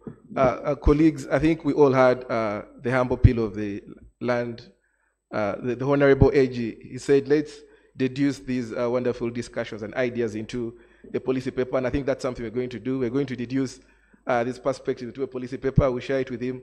It could be the starting point for the next amendment cycle. Our discussion over here is getting close, but I just want to give an opportunity to anyone in the audience. Could you have a question or two, pose it to these esteemed gentlemen? You could get free tax advice today without paying, so take very good chance of this. Rachel Gava, there is a lady over here. Ladies always go fast, so. Yeah. Quickly, the name and the question. Don't put composition before it. Yes. Just one. Hello, everyone. My name is Rachel. My question is about stamp duty. We have had a challenge where we signed a contract with one of our customers, and then we got the barcode, and then they are also asking us to give them the barcode. So I wanted clarity on who pays the stamp duty when we are signing a contract. And then also with the employers and employees, who are we still paying stamp duty for those contracts, and who is responsible? Yeah. All right, Jet, Ian, any of you want to take it? I was thinking, can we take them in one lot, and then we can be able to wrap up? All right, colleagues, that time is fast spent, just one question, but the broader SM and Co and BDO team are still here to pick. So just one in the interest of time. Okay, thank you. My name is Sophia. I'll be brief. Mine is really to do with tax administration. As we all want to say, we are building Uganda together. Unfortunately, the commissioner left. But for me, I feel it's witch hunting of the large taxpayers who are actually a small component of the economy that is bringing in the money. And because they don't listen, you get into running battles. A typical example, I got a 2 billion assessment after, I think it was like 2 months of audit where we were just fighting. They didn't want to listen. And then we had to pay handsomely to a tax consultant so as to bring this. Actually, this assessment ended up with about 200 million. And 200 was because we looked at the cost benefit. Should we continue fight and bring down the 200? So the question is, and there are always backdoor discussions, how much are you bringing? And to the business community, sometimes they would want to go the unethical way of buying these guys out. And it happens, but that is a subject of another day. So the question is, if we want to be compliant and professionally compliant, and the tax authority is not listening to the taxpayer who is bringing them in billions of money every year, how do we get this economy fixed? Thank you. All right. Ian, you could take the first one. Jet could take the second one in the interest of time. Yeah. Thank you. Say, Ian, just a minute. Just to say, if you had worked with SM and Co together with BDO, you could have paid 0. Choice of provider. But please go on. Please go on. Thank you, MC. Stamp duty. The amendments have all been passed for stamp duty, which includes exemption on payment of duty on an agreement. However, this exemption starts 1st of July 2025. Yet the law before that requires to register all agreements. So as the law stands as up to 1st July, you must register all agreements. They can still come and enforce for the period before 1st July. But after 1st July, any agreement executed then should not bear duty. On who pays the duty, it can be contractual. I'll give you an example of a land sale agreement. If I sell to you land, it is your prerogative to pay the stamp duty to transfer. But sometimes you could say, in my purchase price, I also require you to transfer for me. So it can be an agreement kind of thing.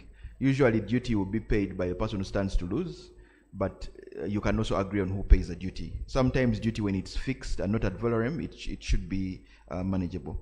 On the second issue, I'd like to tackle it before also Jet tackles it. One, there's what they call a taxpayer's charter. I don't know how many of us have seen it. I've read it. Taxpayers have rights. Most times you're shortchanged because you don't know your right. Most times you don't know your right because you don't have the right advisors on board. Now, I always advise for people to have 2 people when you're looking at tax. One, tax is first law.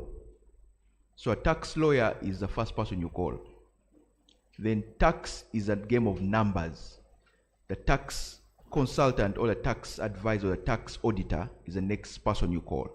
So if you have a tax lawyer and a tax auditor in that room, I can guarantee you'll be less shortchanged than if you have no one in that room.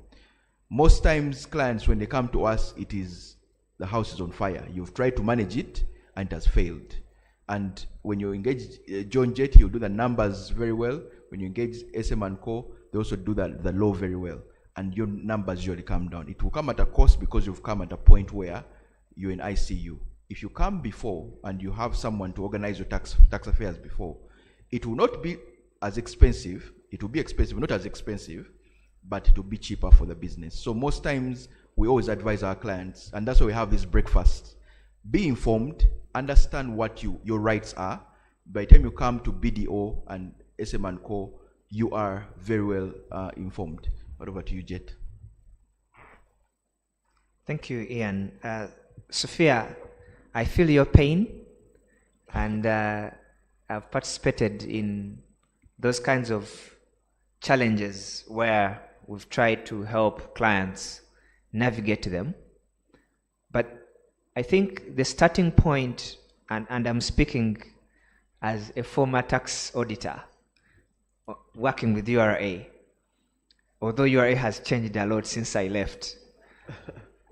you need also to appreciate it from where these guys be coming from, and some of which is not within their control.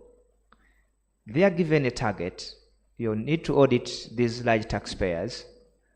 This is the time frame you have.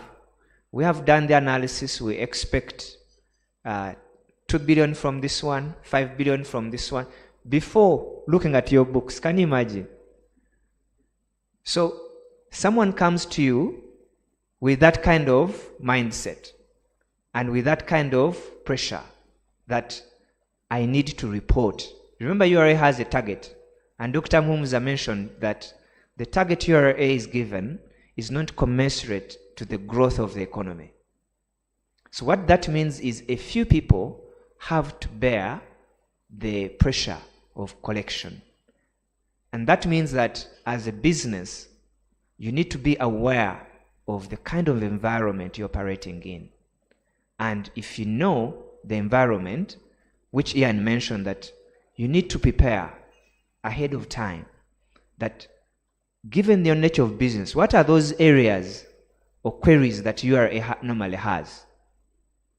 As BDO and SM and Co, we know these areas and we prepare to be in position not to panic when URA comes. Now, if someone is unreasonable or they are giving you an interpretation that is not consistent to what the law provides to the best of your understanding, the starting point is, if they're giving you too little time to provide records of 5 years ago, they want it in 2 days, there are processes within URA where you can escalate the issue. In other words, do not suffer alone. So once you have an advisor who knows the system, the processes, how they work, who has the relationship with the decision makers, they can make a call and say, this client of mine, you've asked them to provide records within 5 days.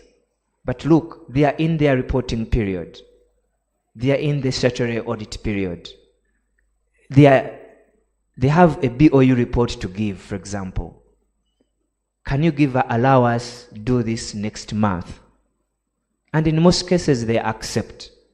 So you need to engage, and if the person is not listening, escalate appropriately, use the relationships that you have.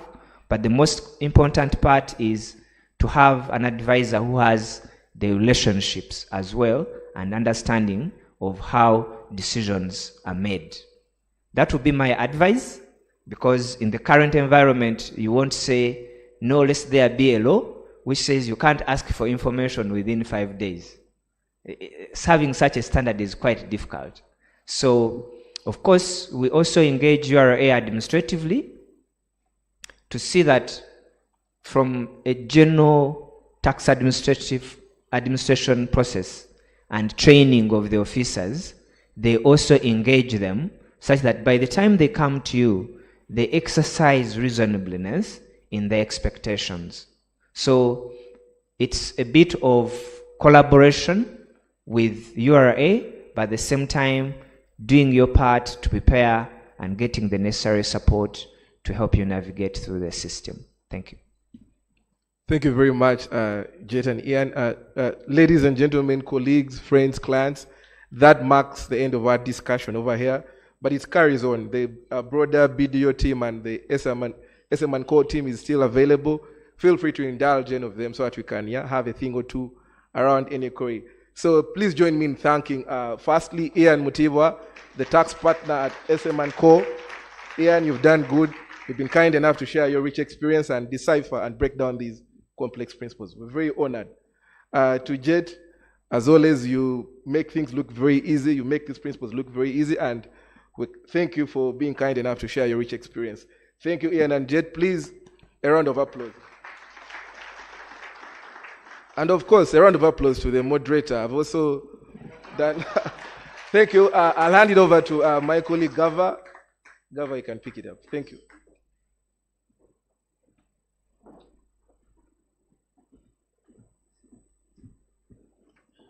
Yeah. I was going to look for kind words for Ian and John to tell them there are no plaques for you, but they figured out that they had to leave the stage. Can we give them another big round of applause? Sophie, I think big is handled by big. If you go to URA as Sophie Enterprises, imagine that scenario.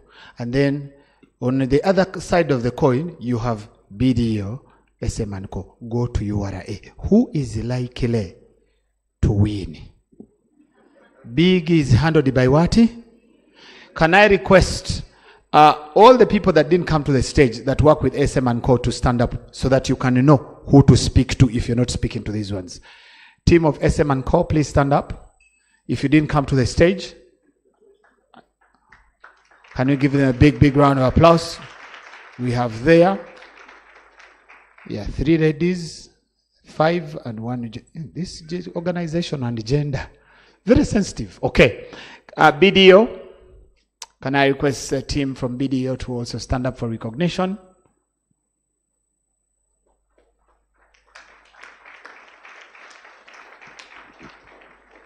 Okay, so those are the individuals that you can quickly interact with. Kenneth, Emron is not on the senior leadership? Because the way he treats us, okay, let me leave that.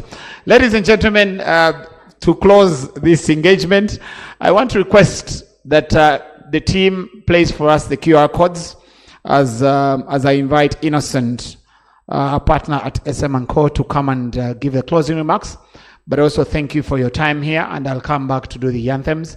But as he makes his way, the tech team, please play for us the QR codes so that we can scan the bills.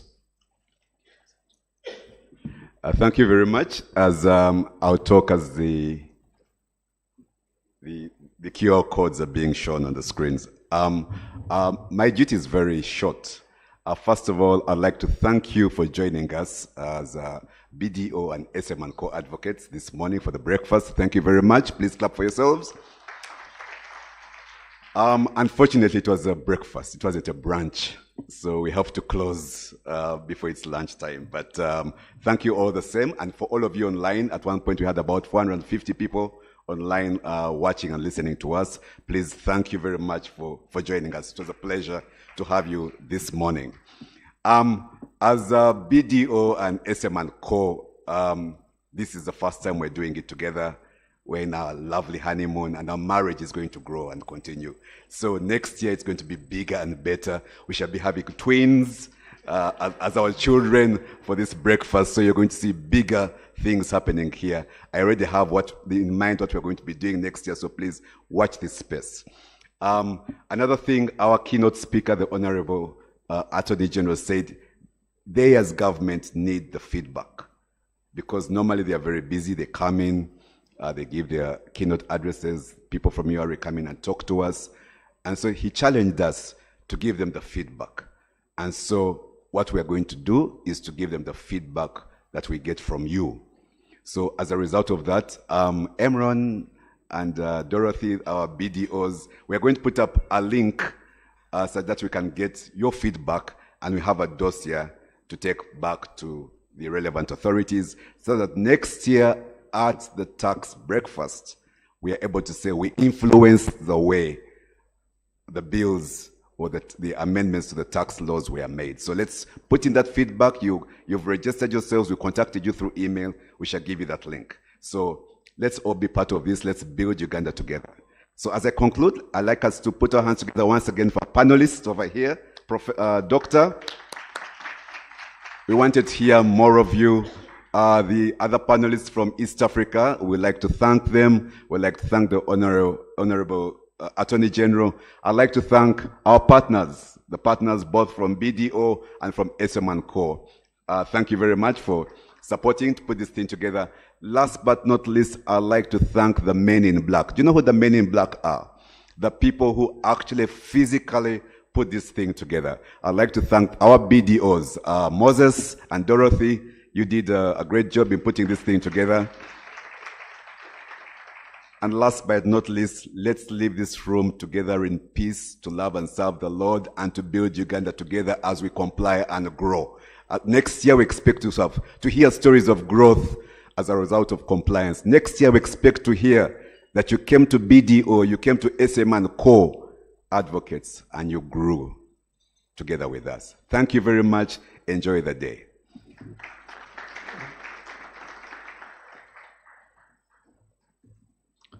We need to take this conversation out of the room, and I request that the team that has been behind this, we give them a big, big round of applause for putting together the beautiful breakfast. My request to the team is that we can have clips that continue to, for example, when Ian was defining startups, such clips I'm sure can be able to make rounds on TikTok where the Gen Zs are, for them to appreciate what a startup is and what sort of value or benefit they'll get and the incentives that they'll get from the new tax regime. Ladies and gentlemen, we want to keep it here. I'm going to request that we rise up. Once that I see we are all up, we will then cue up the anthems. Can we all rise?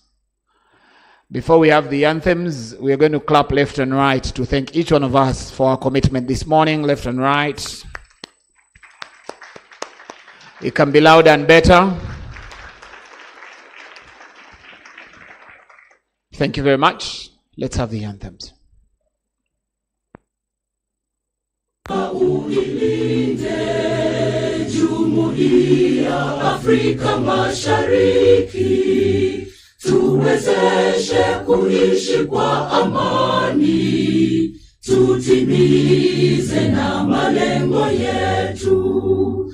Jumuiya yetu sote tuilinde, tuajibike, tuimarike. Umoja wetu ni nguzo yetu, idumu jumuiya yetu.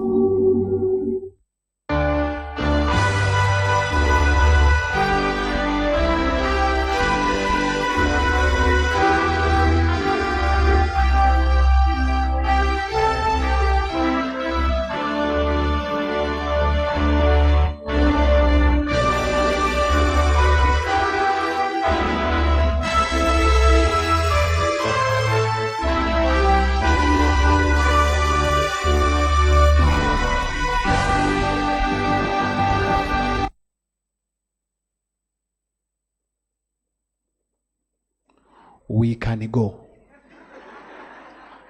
It's over. It's over. But serious note, let's continue the conversation outside this room. Thank you very much.